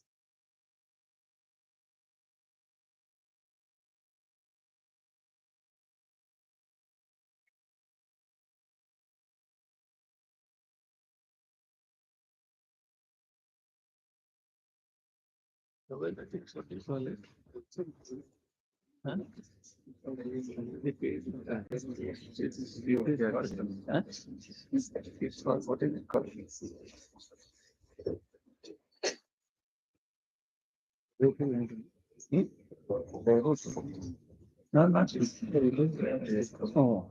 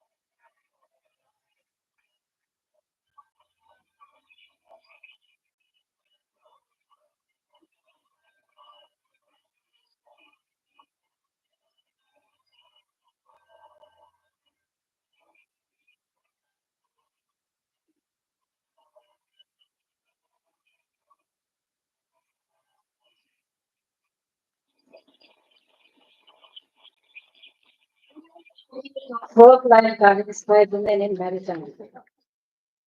So much.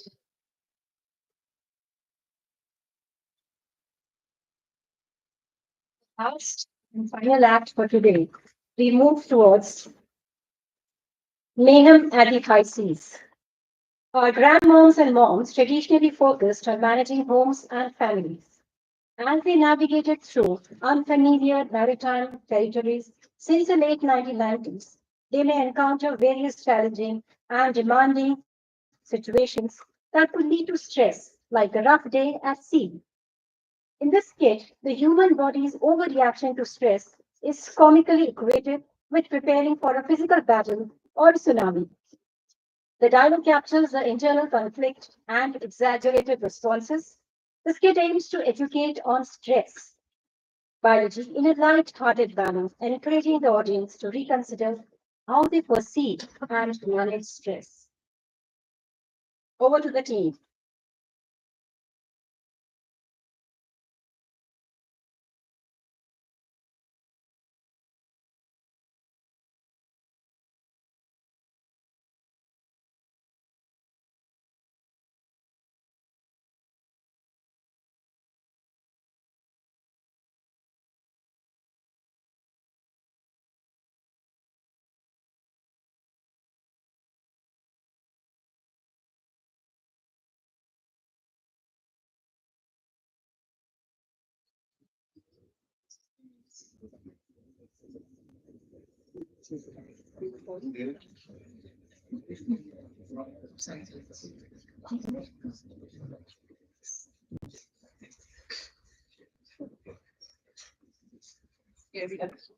Good evening, everybody. So this is a typical day at the sea, and this is Bharti, our captain. She's the human specimen, and all of these other people are her organs. So let's dive deep with an MRI scan and see when our human is stressed, what all chatter and banter go on inside the body. Oh no, there's a storm ahead. 208. I'm additionally flashing. Chief, beaten up, Chief. Alert! Massive waves incoming! Massive waves! Oh my God! Amy, तो फिर शुरू हो गई. Again, so much stress. Oh my God! All right, no problem. I'm firing up the engines right away. Fire, power up. Oh, God. Oh, good to know that the storm is passing by. No chaos. Aram karo. Oh my God! Come on, Amy. Once again, false alarm. This is not just done. It's not just भूत भूत देखा ये rough seize थे खाली rough seize और storm में difference नहीं है क्या I swear it felt like a tsunami. Every little wave feels like a maritime disaster to me. check our license ship stability chief Huge waves, huge. again again oh my god never mind adrenaline let's get you on and cortisol come up now Oh my God, this cortisol level. It makes me beat faster. I'm beating very fast. Human, I'm preparing you with all the oxygen and all the vital nutrients to all the parts of the body. Captain, be ready. You are charged up. Go and attack the stressor. Oh, yeah, baby. Heart. I always follow my mind. So let's get down to business now. Liver, I need you to flood the blood with sugar, and sugar need this energy, for the fight or the flight that the heart just spoke of. Yeah, I'm in the flight and fight mode. Dance. I'm converting everything into fuel now. Flooding the turbines with power. Hello, medical bay, immunity. I need you to back off for a while and stop using all of our human resources. I'm now shutting all non-essential functions of the human body. Everyone, we need your attention on this. what without Me, the crew could get sick. Listen, without me, there might not be any crew left at all, and to get sick. So, survival first. As if always. I'm always getting shut down by this cortisol. Basically, stress, smoking, drinking, sitting all day on the back, scrolling phone, no sleep. Anyways, my levels are so low down.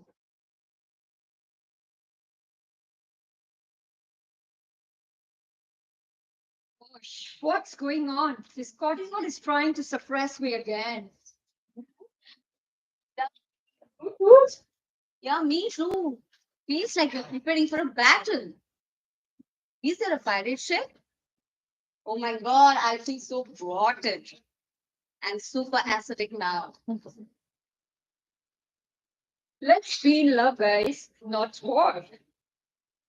We should be sailing in smooth sea. And I'm not preparing for the battle. Thinking of the battle makes my hormones go crazy and with a lot of hot flushes. I see reproductions. No stress. Now, Captain, we should. I'm tired of this cortisol stress business. Let's charge it up. Uh, yeah, everyone, enough of your chit chats now. And so, because we are on a high alert, so just stop your chit chat. The weather has subsided, and now what a relief. Relax. I've relaxed. My blood vessels are constricting. Ho, ho. My pressure is Ho, going ho, fast. ho. I'm good. Ho, ho. We really need Cortisol. Because of you, look at this visceral fat accumulating around all these organs. Oh, they're now calling me fatty liver. Ha, ha, ha. Ho, ho, ho. Mogambo, Kushwa. Looks like the threat has passed and no high alert anymore. Crew, stand down. Yes, finally. Shabash, Giovanni. Now we all hands on deck. Back to normal, everyone. Is this well at sea? The satellite is going bonkers. We really need to keep the engine running this high now. And the blood sugar also so high. I'm so tired. Oh, yes, absolutely. Another storm could hit us any moment. Just doing my job. So, guys, If you didn't have me, then your system would never be stimulated and never respond to any kind of danger. You understand? Okay? This high blood sugar is making me so inefficient, man. Really? इसका क्या मतलब है? आप लोग समझ क्यों नहीं रहे हैं कि इससे क्या हो सकता है? So, cortisol is all about आप लोग क्या समझ रहे हैं? मुझे कुछ समझ नहीं आ रहा है. See, we are not in the age of wooden ships anymore. There are no sea monsters also chasing us. So why we need all these things? Halabala.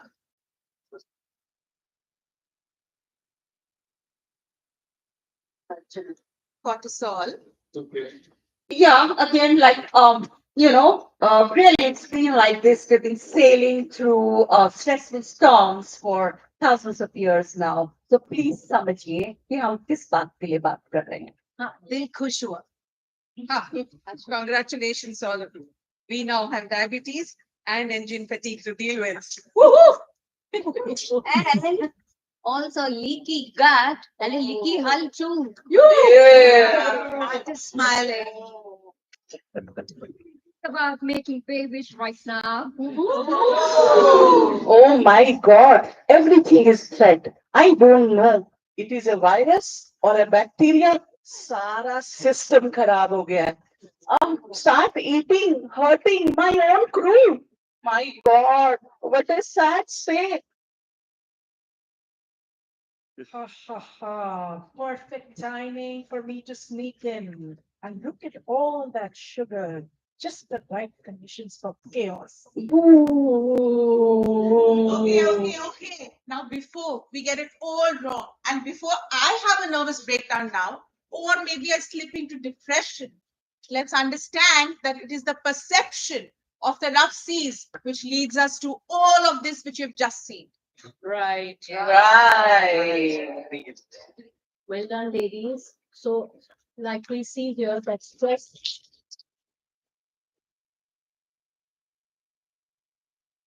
So, stress management is all about how you reframe your thinking. So now what we're going to do is we're going to do 5 stress busting exercises, which are absolutely very simple life hacks. We're all going to do, all of us will join us in there.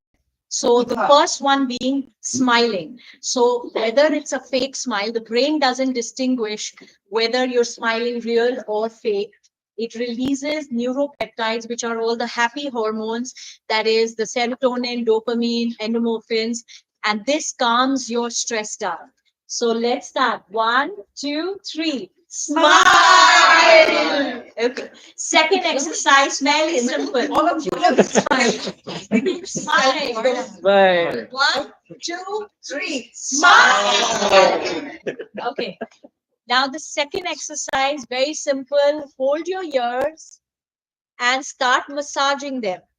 In the ears, we have all these acupressure points that calm down the brain and release all the stress hormones, stress busting hormones. Let's go. Okay. Third, very, very easy exercise is the humming breath or the V breath, or as we know it as Brahmari. So what we're going to do is when we hum, the humming overrides all the chatter in the brain and makes the brain calm again. So we're going to do this. We're going to inhale, a long inhale, and then we're going to hum.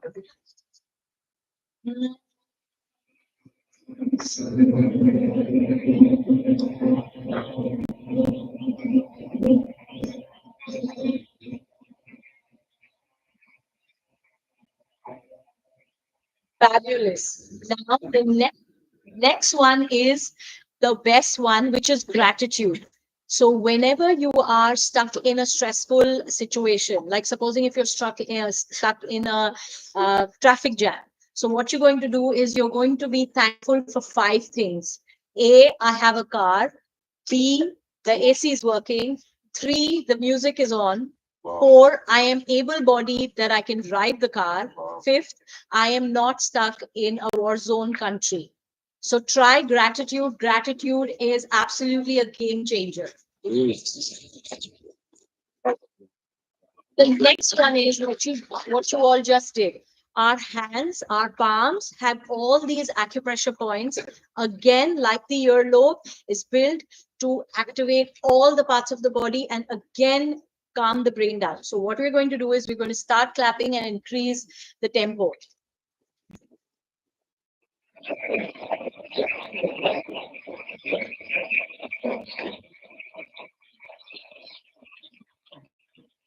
Thank you so much. I hope all of you can remember this whenever you're stressed next, whether it's making a presentation or stuck in the traffic or anything else, or any other day at sea like our Pahad.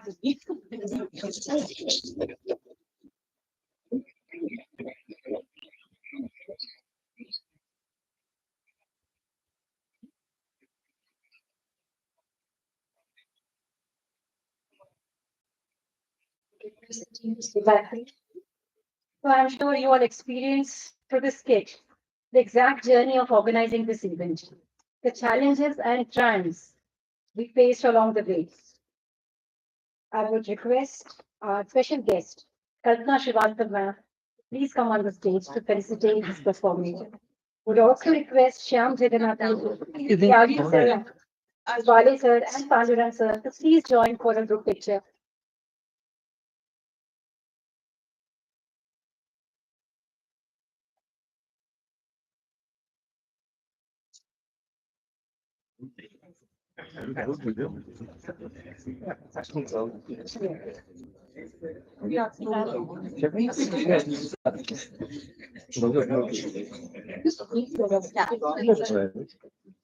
Yes.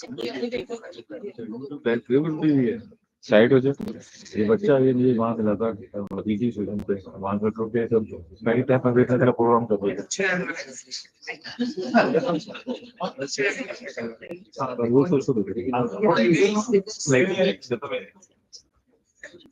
On the side. Let's put the side. On the side. The team leader can please come forward and accept the.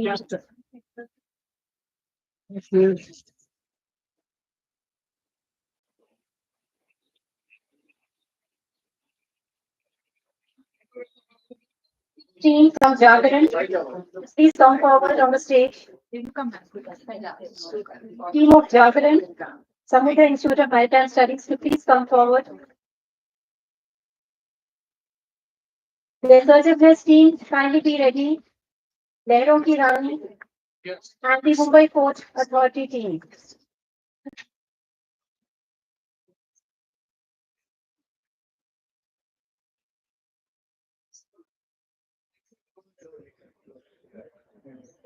So this is Jagaran team, Samudra Institute of Maritime Studies.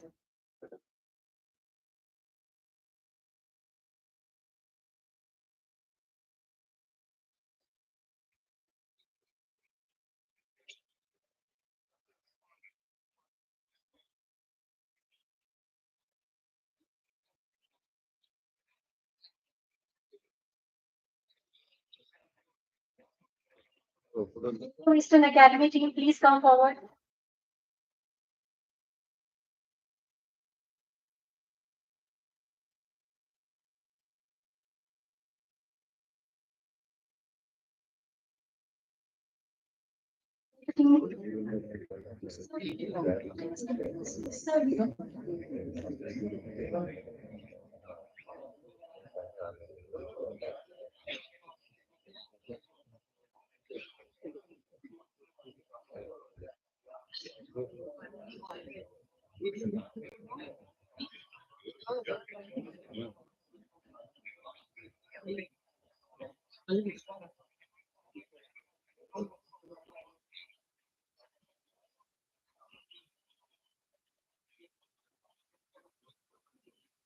Thank you once again.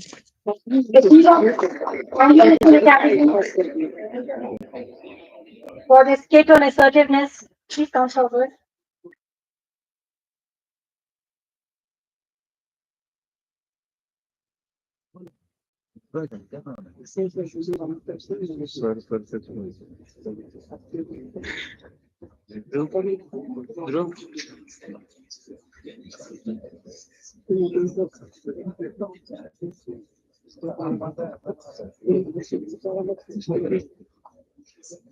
I think we can come forward in the center. The team can. Yeah.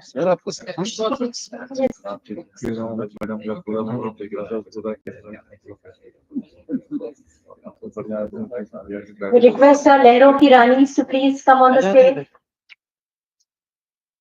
Our two amazing Lehro ki Rani.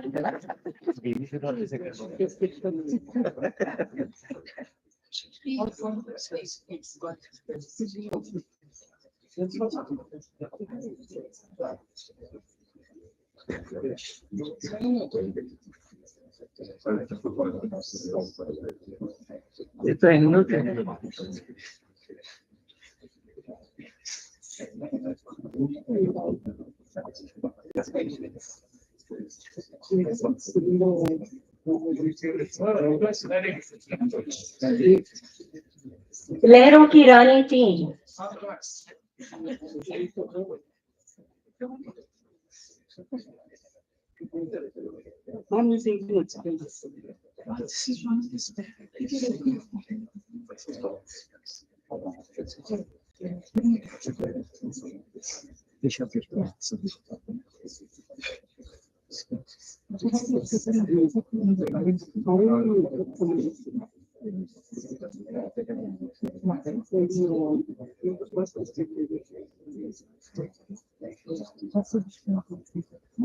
Yes, Lucas. Wait.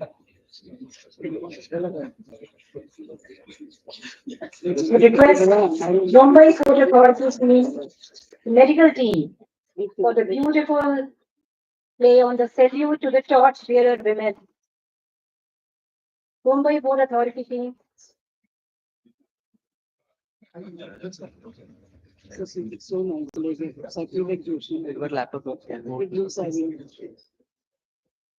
Joshi madam आपण पुढे जायचं कुठं forward so that person can answer देख ले PPT Good control that. No, no, not control.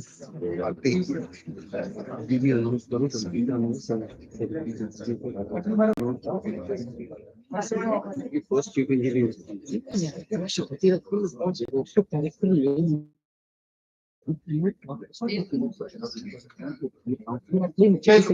Yeah, announced it. Announced it. No problem.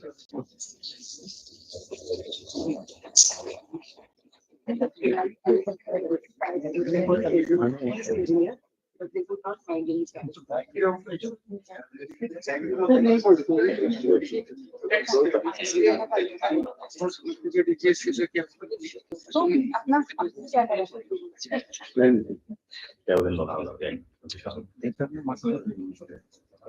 बता दो Thank you once again. Thank you so much, Kalpana ma'am, and all the dignitaries for doing the honor.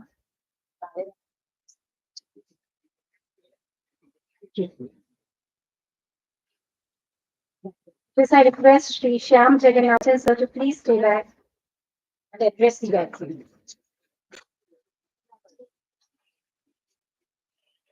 And Madam also, Madam Kalpana also.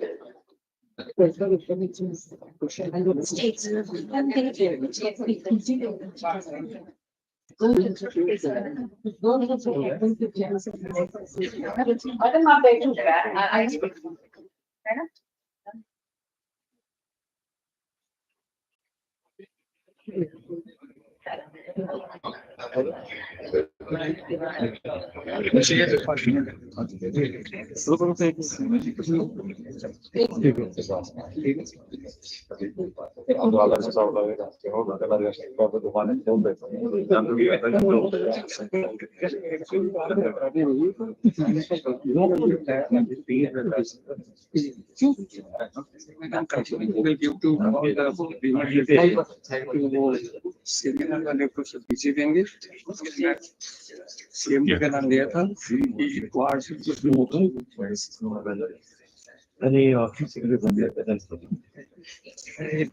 Namaskar. Good evening. Madam Kalpana Srivastava, special guest for this occasion on the International Day for Women in Maritime. My eminent colleague, CMD Shipping Corporation of India, Captain D.K. Tyagiji, colleagues on the NMDC Celebrations Committee, Shri Atul Balaji, Dr. Girao, Senior Deputy Director General, all eminent ladies and gentlemen who are present here today.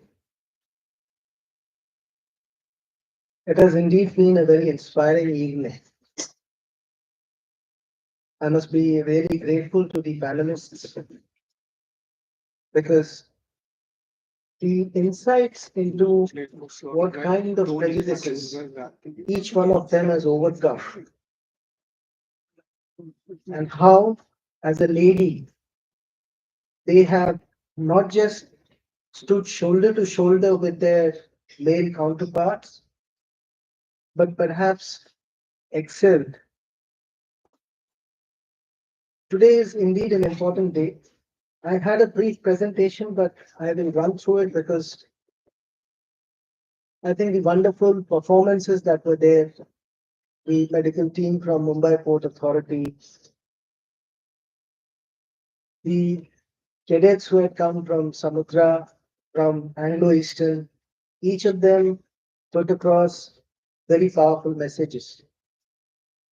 There was also a very wonderfully curated skit which showed the response of the human body to stress. Being privileged to be incumbent as the Director General of Shipping, I will just run you through how from the administration we accord a lot of importance not just to gender parity, but to the entire paradigm of diversity, equity, and inclusion. The theme for today, if you look at it very carefully, it says Safe Horizons, Women Shaping the Future of Maritime Safety. My submission here is women and safety are synonymous. As men, we often precipitate things. For instance, when we drive, if you look at women drivers and men drivers, you'll see the number of instances. And how many of you would have seen drunken driving from lady drivers? So that is not saying that that is a case instance, but women always have been more responsible. And in the maritime domain, where safety always has to be first, it is essential that we have more and more of participation in the maritime sector. I'll just run through some of the slides. They were very amply depicted by the Mumbai Port medical team.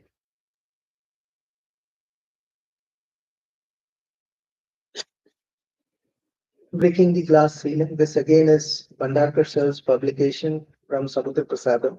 It's a beautifully curated coffee table book. I think it needs another rounds of publication. Well, come to this concern, the numbers. Women participation in the maritime domain is remarkably less. And if you do not have the numbers in the maritime sector, you will not be able to have what is called as leveraging. From the e-governance system, we have registered 13,370 and active seafarers as on the 31st of December 2023 is 4,770. This is against a number of 250,000. So we're talking very nominal numbers, and both in the administration and every stakeholder here needs to work more to push these numbers through. I'll just give you a little bit of analytical insight since I'll be sharing this presentation. This is the percentage split on the engine side the deck side and the rank wise on terms of the maritime intake for the trainees. The general trend, if you see both in the officers, the ratings, you will see is an increase in numbers. But if you have got to push the numbers beyond the less than 1%, more needs to be done here. This is basically the decadal growth. It shows it from 2013 to 2024. The numbers of new seafarer additions with the Indus identity. 2022 and 2023, you see 2,357, 2,267, which is an exponential jump. 2024, of course, we have not completed, but I believe the numbers are a very positive indication that more and more women are looking for seafaring as a career. These again are course-wise details of the enrollment that has been there, the trend analysis for DNS for the USC Nautical and BTech Marine. These basically are what we are doing from the Maritime Training Trust, the amount of scholarship they are doing. And if you look at the figures, 2014, 2015, we were funding something like 22,50,000. That is 1 lakh per woman trainee in the Maritime Training Institute as scholarship. This we have increased in 22-23, and the last slide is not visible. We have taken it to close to 50 lakhs, and then we have driven it to close to 7 crore rupees in a year. And as the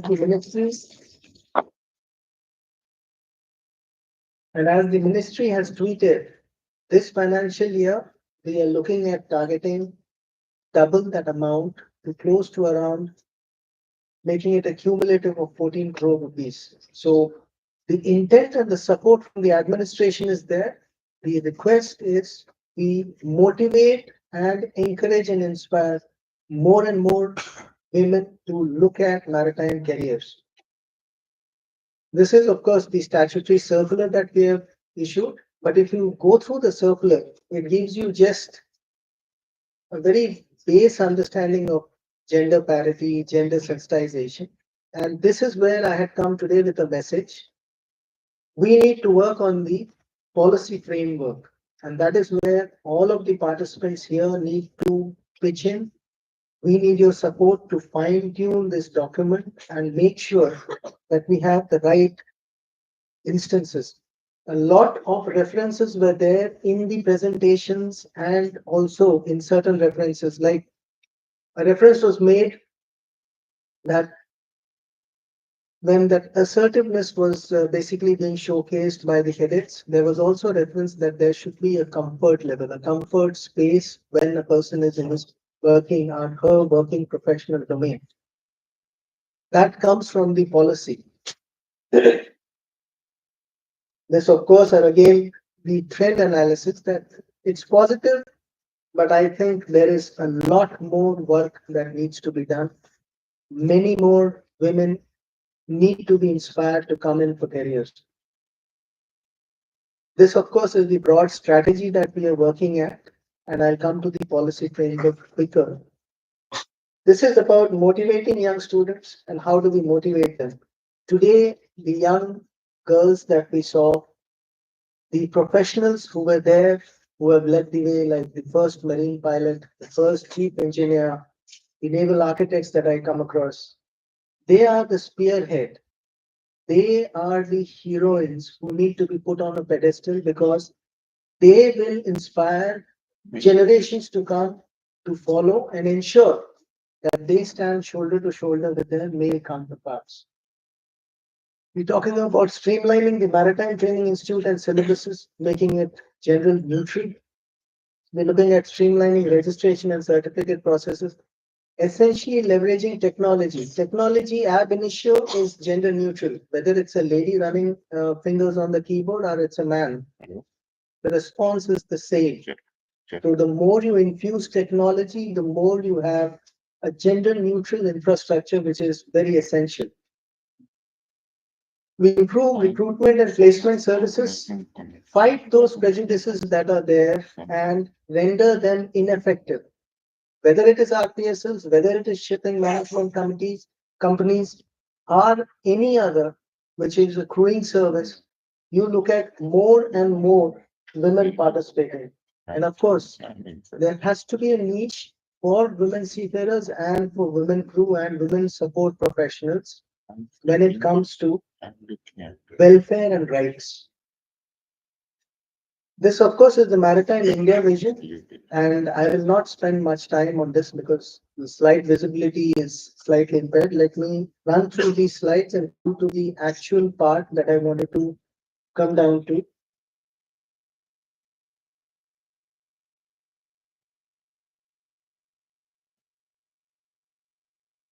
Now, I wanted to talk about this initiative, Sagar Mein Samman.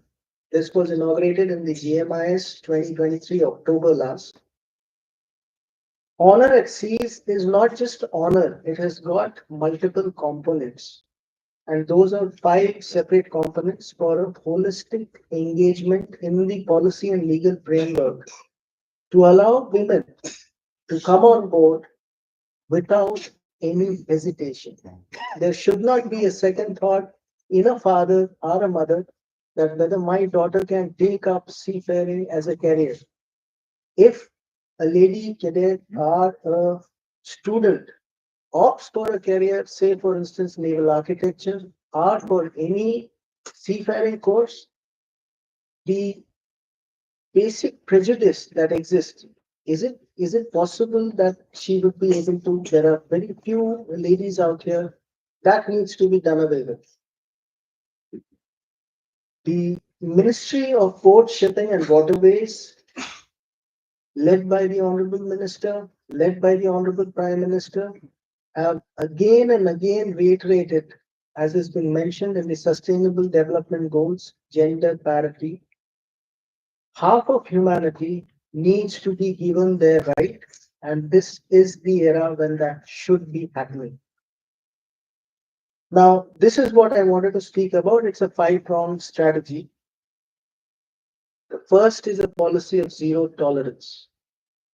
Zero tolerance meaning any instance where there is any sense of discomfort or a sense of not belonging by a lady in her professional workspace, that needs to be removed ab initio from the beginning. So every professional colleague, male or female, needs to ensure that their working colleague does not face any discrimination, any over assertiveness, or any manner of harassment, let alone any kind of physical abuse, any manner of something that makes you feel hesitant. Zero tolerance, and these already exist in the policy framework of certain nations. Norway, for instance, that is what was mentioned while somebody said, when I was speaking to this Norwegian, I asked, she said the confidence came from basically the laws of the land. And you all need to basically participate to allow us. POSH exists, but POSH doesn't work on ships once they are in international waters. So what kind of zero tolerance policy do you bring in, which is an integral part of the CBA and ensures that when women seafarers are onboarded or in any other domain in the maritime sector, they are provided this umbrella cover. The other is a gender sensitization module. Often at times you are dealing with mindsets and prejudices, and I'm not sort of trying to preach from this pulpit. All I'm trying to say is humbly appeal that we need to work towards this gender sensitization so that we get over each and everyone's inner prejudices that still exist, the mindset. We need to nudge a lot of maritime training institutes, create that pull for women in maritime. We need to engage from the administration and also from the entire ecosystem with more and more shipping companies onboarding women seafarers. I'm grateful that Postmaster represented here. They're basically onboarding 85% of the Indian seafarers. And the dream is to go from 12% to 20% globally. So if you are having one Indian seafarer in every 5 seafarers, might as well have equal number of women, which basically speaks volume about Indian culture, Indian heritage, and the strength of the Indian women. We are working very hard on a technology platform to leverage social media. For instance, the very beautifully curated skits which were done today. I had requested Mr. Rai, put them onto the YouTube, see the number of likes they get. How do you basically use each personality who was depicted here on stage today and build that ecosystem of women being champions? That needs to be worked on. And also to project maritime as in career, which has its own niche and appeal. We need to basically attract talent and then basically ensure they contribute properly. These are a few snaps of what T.S. Rahman has been doing as a progressive institute. All of you doing that effort, please continue that. These are some of the companies I wanted to highlight, which are basically onboarding women seafarers. And essentially, I mentioned this, there is no limit, basically, as long as you want to accomplish on your own. And this is the last slide, which is the action plan. The action plan, as in we start with the policy documentation, have a strategy documentation, a training engagement, a situational engagement on what's right, what's wrong, and analysis and course correction, which I appeal to all of you. Please help the Maritime Administration course correct in such a way that we are able to ensure a bright future for our women counterpart. And lastly, I once again extend my congratulations to all the lady participants and to my male colleagues also on this International Women's Day Maritime. And I'm grateful for this very patient hearing. Sorry if I took some time, but it's just that I feel very passionate about this. That I think the 3 women Director Generals of Shipping have contributed, so that's holding the at least Indian flag high. And it is indeed a privilege to be here amongst you. Thank you so much. Very much.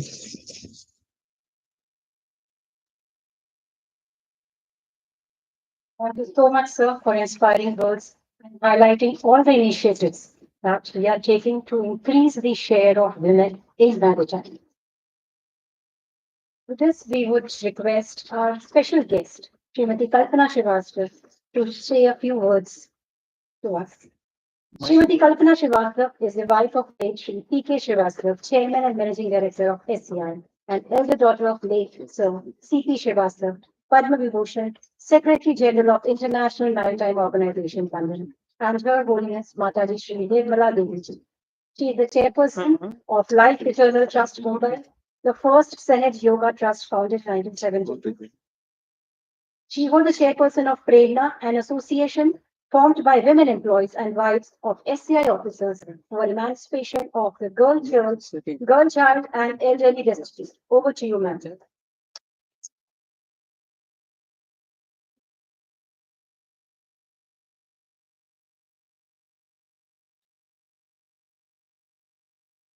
Shri Jagannathan Ji, Captain Tyagi,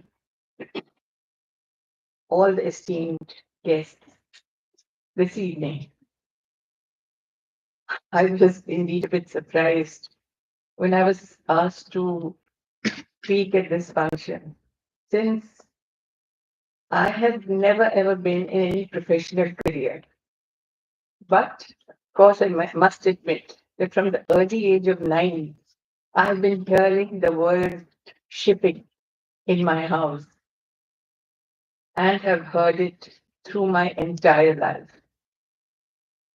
So maybe that's why I happen to be a part of the shipping fraternity and have met over the years many people connected with this fraternity, have had great respect for the likes of Dr. Nagendra Singh, who was the Director General of Shipping, when my father was Senior Deputy Director General of Shipping. And of course, Mrs. Sumati Maraji, who I found was a great lady. And she not only set up a shipping company, but she was also a wonderful housewife. And the dinners in her house in Juhu bear testimony to this. And I've been fortunate to have been associated with her greatly and have had great affection for her. I can only say that having heard the word shipping and seen the formation of the Shipping Corporation of India under the guidance of my father, Dr. C.P. Srivastava, and Dr. Nagendra Singh at that, an ICS officer, was a great experience because at home we used to hear about, well, we're buying these ships, what are we going to name them? And then my mother's contribution was just great. They asked her what, because of her knowledge of Sanskrit and her knowledge of almost, her knowledge far surpassed the knowledge of anyone I know. And she decided that all the tankers should have the prefix Desh and the other ships should have the prefix Vishwa.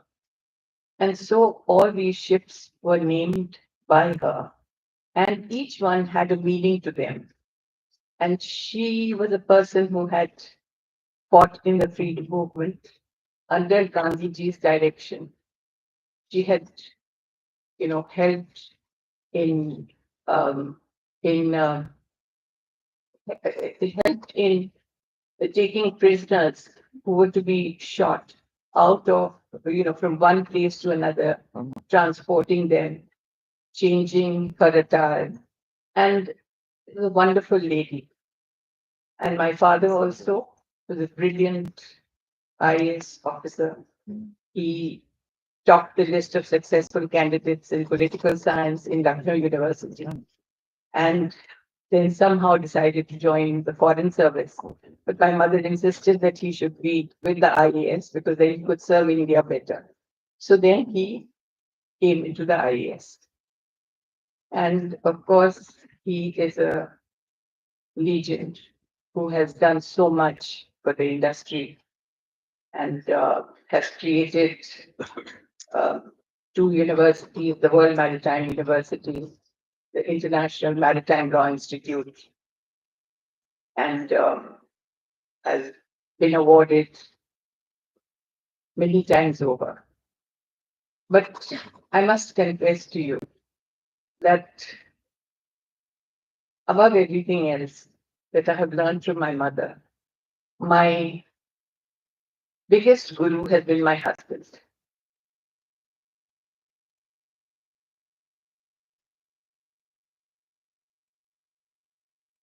He was, I'm sorry. There's also a Srivastava from Lucknow University and did a master's in quantum physics at the age of 18 and a half. He couldn't get a job because he was too young for a job. So he was doing a thesis in aviation fuel and he became the teacher of physics in his university. He then joined the Indian Oil Corporation as a management trainee and stood first among 10,000 candidates. And they had selected 10 people at that time. And when my mother asked me what kind of person I wanted to marry, I said, well, someone who respected women and who could stand on his own feet without expecting anything from anyone else. And above all, a person who would take care of me and not expect anything from anyone at all. And who could look into my father's eyes and speak to him one to one. There were very few people who could do that with the kind of personality my father had. The very first day he came to meet us at home,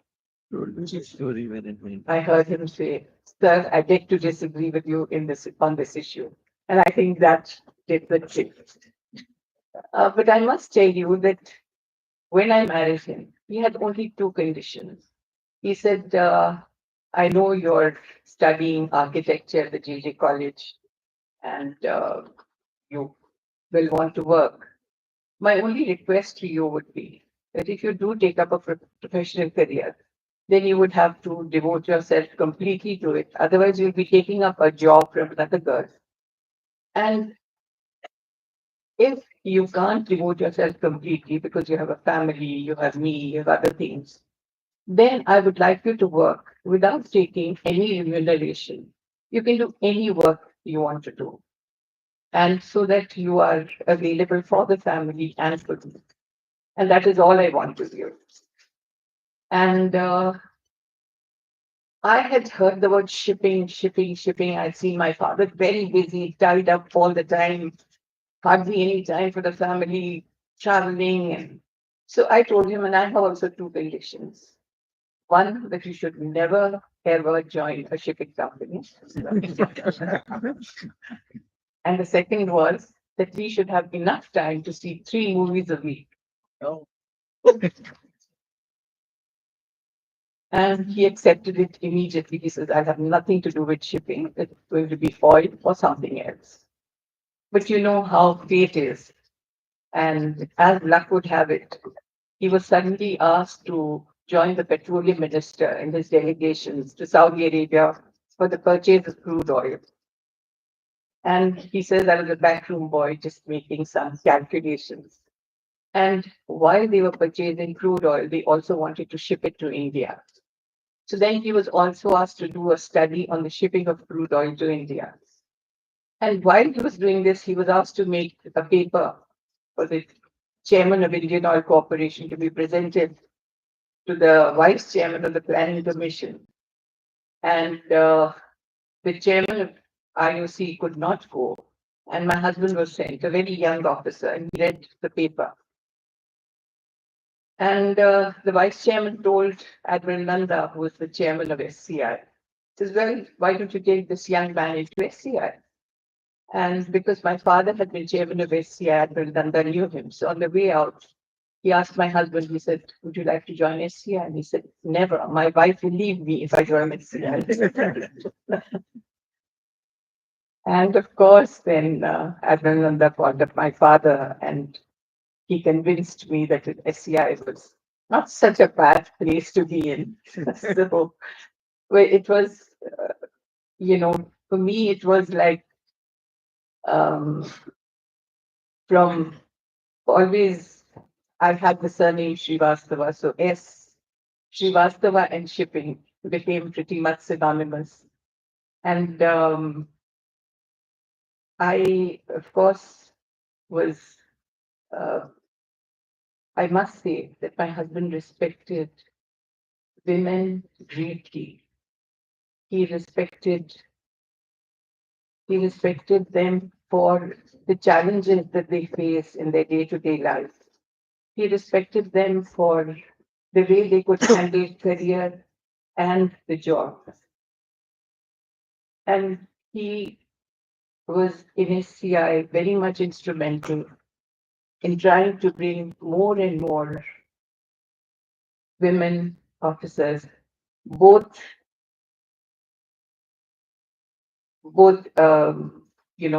into the maritime field as well as in the office. His executive assistant is sitting here, Sumati, and she knows that he was indeed a very, very special person who took care of everyone as their own family. Each person in the company was his family. And he involved me a lot in that. Because you see, he would say that, I don't know anything about food, so can you organize all the entertainment? And can you organize the Hindi day and the Marathi day? So I found that I had a job to do. I was continuously doing a job with him. And he then retired at the age of 60. We went abroad. And I must say that I've been very, very fortunate to have been the daughter of C.P. Srivastava, the wife of P.P. Srivastava. And I must mention my mother, who actually taught me that for a woman, it was very important to imbibe the qualities of Lakshmi. And with Ashtalakshmi, there are 8 qualities, which are, of course, love, wisdom, discretion, forgiveness, the proper dress code, ethics, and the ability to be able to be a very good host so that everyone who comes to your house feels honored and privileged. And I think all these 3 teachers of mine have made me what I am. I've never worked, never earned a single rupee, but I have lived a very fulfilled life. And I'm so happy to have had these 3 people in my life. Thank you all very much.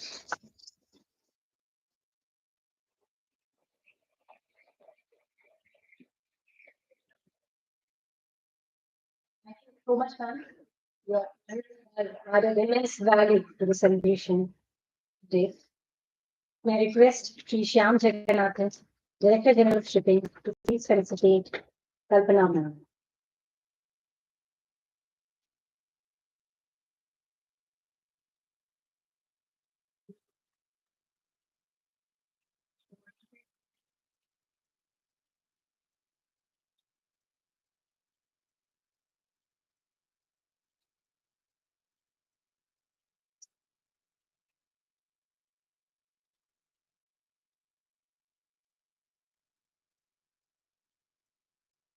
There is still one felicitation is by the Master of Ceremony.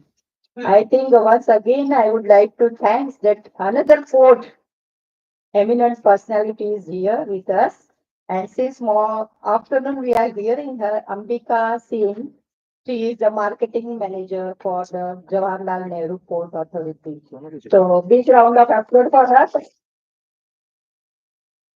We have done a wonderful job, madam. And I hope after seeing both the performance, Digi will definitely invite for the next program also for the Port Authority. Thank you once again.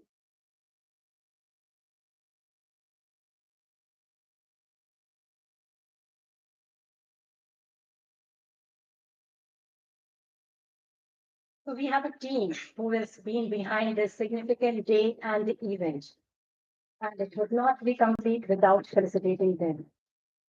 I request the committee members of NMBC International Day celebration to please come forward, starting with Ms. Archana Saxena, IWSS.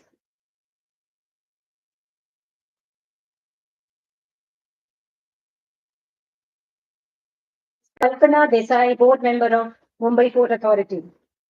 Ms. Sindhura Polepalli from DG Shipping. Saleha Sheikh, head MUI.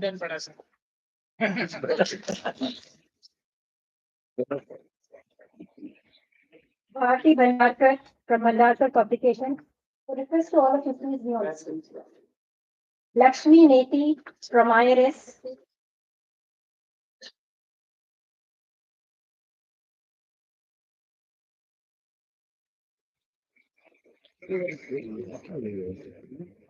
Sindhura Polepalli. Lakshmi Neti.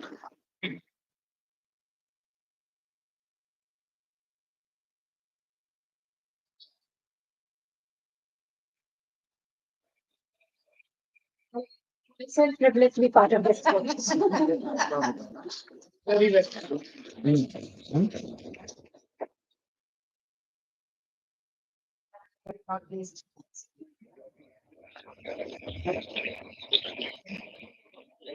We can have a group photo quickly.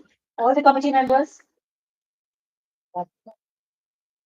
Right, sir, it would be complete without you. Please, sir. We believe in taking the men along.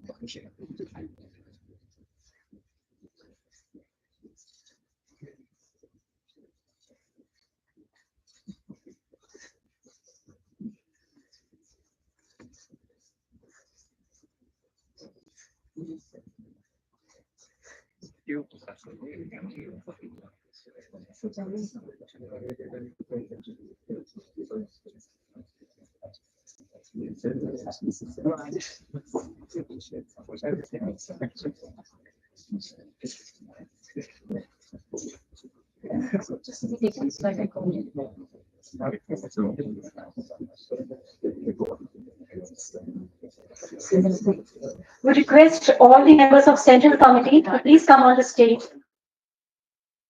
All the members of the Central Committee to please join for a group picture. Tushar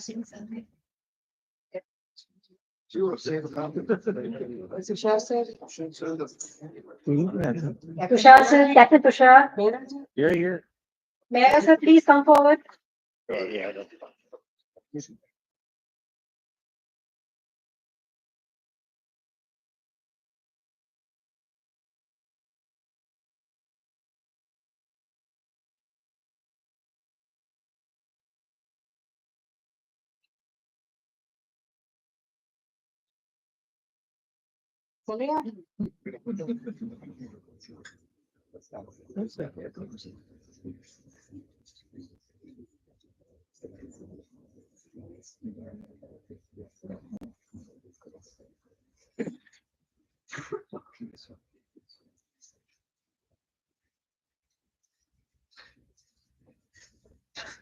Thank you.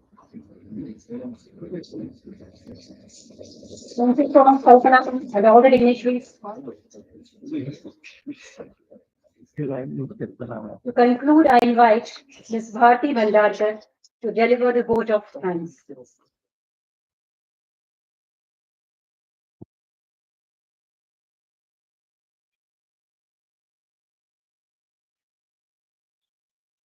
Director General of Shipping, Sri Shyam Jagannathan, IAS, and Chairman of NLDC Central Committee, Srimati Kalpana Srivastava, our session guest, Captain B.K. Tyagi, Chairman and Managing Director, Shipping Corporation of India Limited, and Vice President of NLDC Central Committee, Sri Atul Obali, Director, BNT Shipping Corporation of India, and Chairperson of NLDC Organizing Committee, distinguished guests, ladies and gentlemen. As we conclude this momentous celebration of the International Day for Women in Maritime, I'm honored to extend a heartfelt vote of thanks to each one of you for gracing us and your presence and support.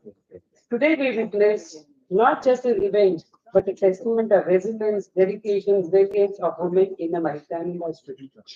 Srimati Kalpana Srivastava, ma'am, your presence as a special guest has been truly inspiring, and we thank you for devoting your precious time to join us on this celebration. The industry remains indebted to you for playing an excellent backstage role in employing women in SCI sailing fleet. The industry will remember and cherish the contribution of late Sri C.P. Srivastava, Padma Vibhushan, and late Sri C.K. Srivastava, sir, for asylum thanks to Sri Shyam Jagannathan, sir, DG Shipping. DG sir, we thank you for your unwavering support and dedication, which has been instrumental in making this event a success. Your valuable words of wisdom has truly enlightened us. Special thanks goes to Captain B.K. Tyagi, CMD-SCI, and Vice Chairman NMDC Central Committee for your continuous backing and guidance. We also extend our gratitude to Sri Atul Ubade sir, Chairman NMDC Organizing Committee, for the invaluable suggestions and belief in us. We express our gratitude to Dr. Panduran Rao sir, Deputy Director General of Shipping and Member Secretary NMDC Central, who kept guiding us as a silent observer in our enthusiasm to make this event successful. Shri S.M. Rai sir, convener of NMDC function, we are ever grateful for your advice and mentorship to the International Day for Women in Celebration Women Committee. Today, the cultural event has been in line with the priorities defined domestically and globally. If you have keenly observed, the ladies have tried to increase the awareness on high impact issues like mental wellness, prevention of sexual harassment at work, and also try to showcase some of the women who, in their own capacity, has set benchmark for breaking benchmarks for breaking barriers and setting benchmarks of excellence. So the cultural show, it is not just an attempt to entertain, but also increase their awareness of audience in various aspects. We keep hearing these important points like post, mental wellness, etc. But it is our endeavor to increase your awareness and make this top of the mind recall, not through sermon, but through a humorous and a playful manner. And I hope the audience has been really enjoying this show. Um, our sponsors today, principal supporters, the Shipping Corporation of India, Indian Registry of Shipping, Platinum sponsors, Trident College of Marine Technology, Gold sponsor, Fleet Management Limited, Silver sponsor, Anglo-Eastern, the Maritime Union of India, International Maritime Training Center, Samudra Institute of Maritime Studies, Seafarers Club, JNP, and BP Marine. To all our distinguished guests, sponsors, committee members, your presence and support has made this celebration truly memorable. As we look forward to the future, let us continue to work together to create more inclusive and empowering environment for women in maritime. A special thanks to all the maritime media. Special thanks to our host, Shipping Corporation of India, MGI, and Ambika Singh, who are both being our very lovely and lively hosts. I, Bharti Bhandarkar, on behalf of NLDC Central Committee, thank all of you once again for your trust, belief in this important endeavor. We are hopeful that the forthcoming years of celebration and the turnover of women in maritime will only be bigger and better. Jai Navik.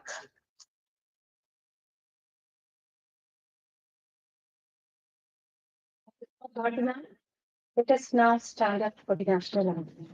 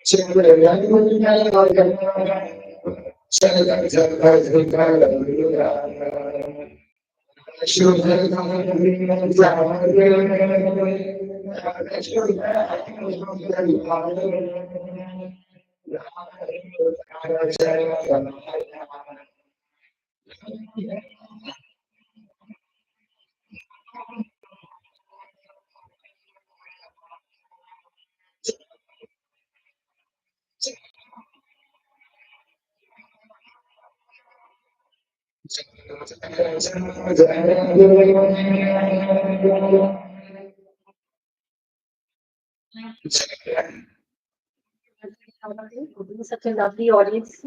Please join us for high tea at Sagar Gyan main block NGI. And have a wonderful weekend. इसको बंद streaming बंद कर किसने देखा नहीं वाला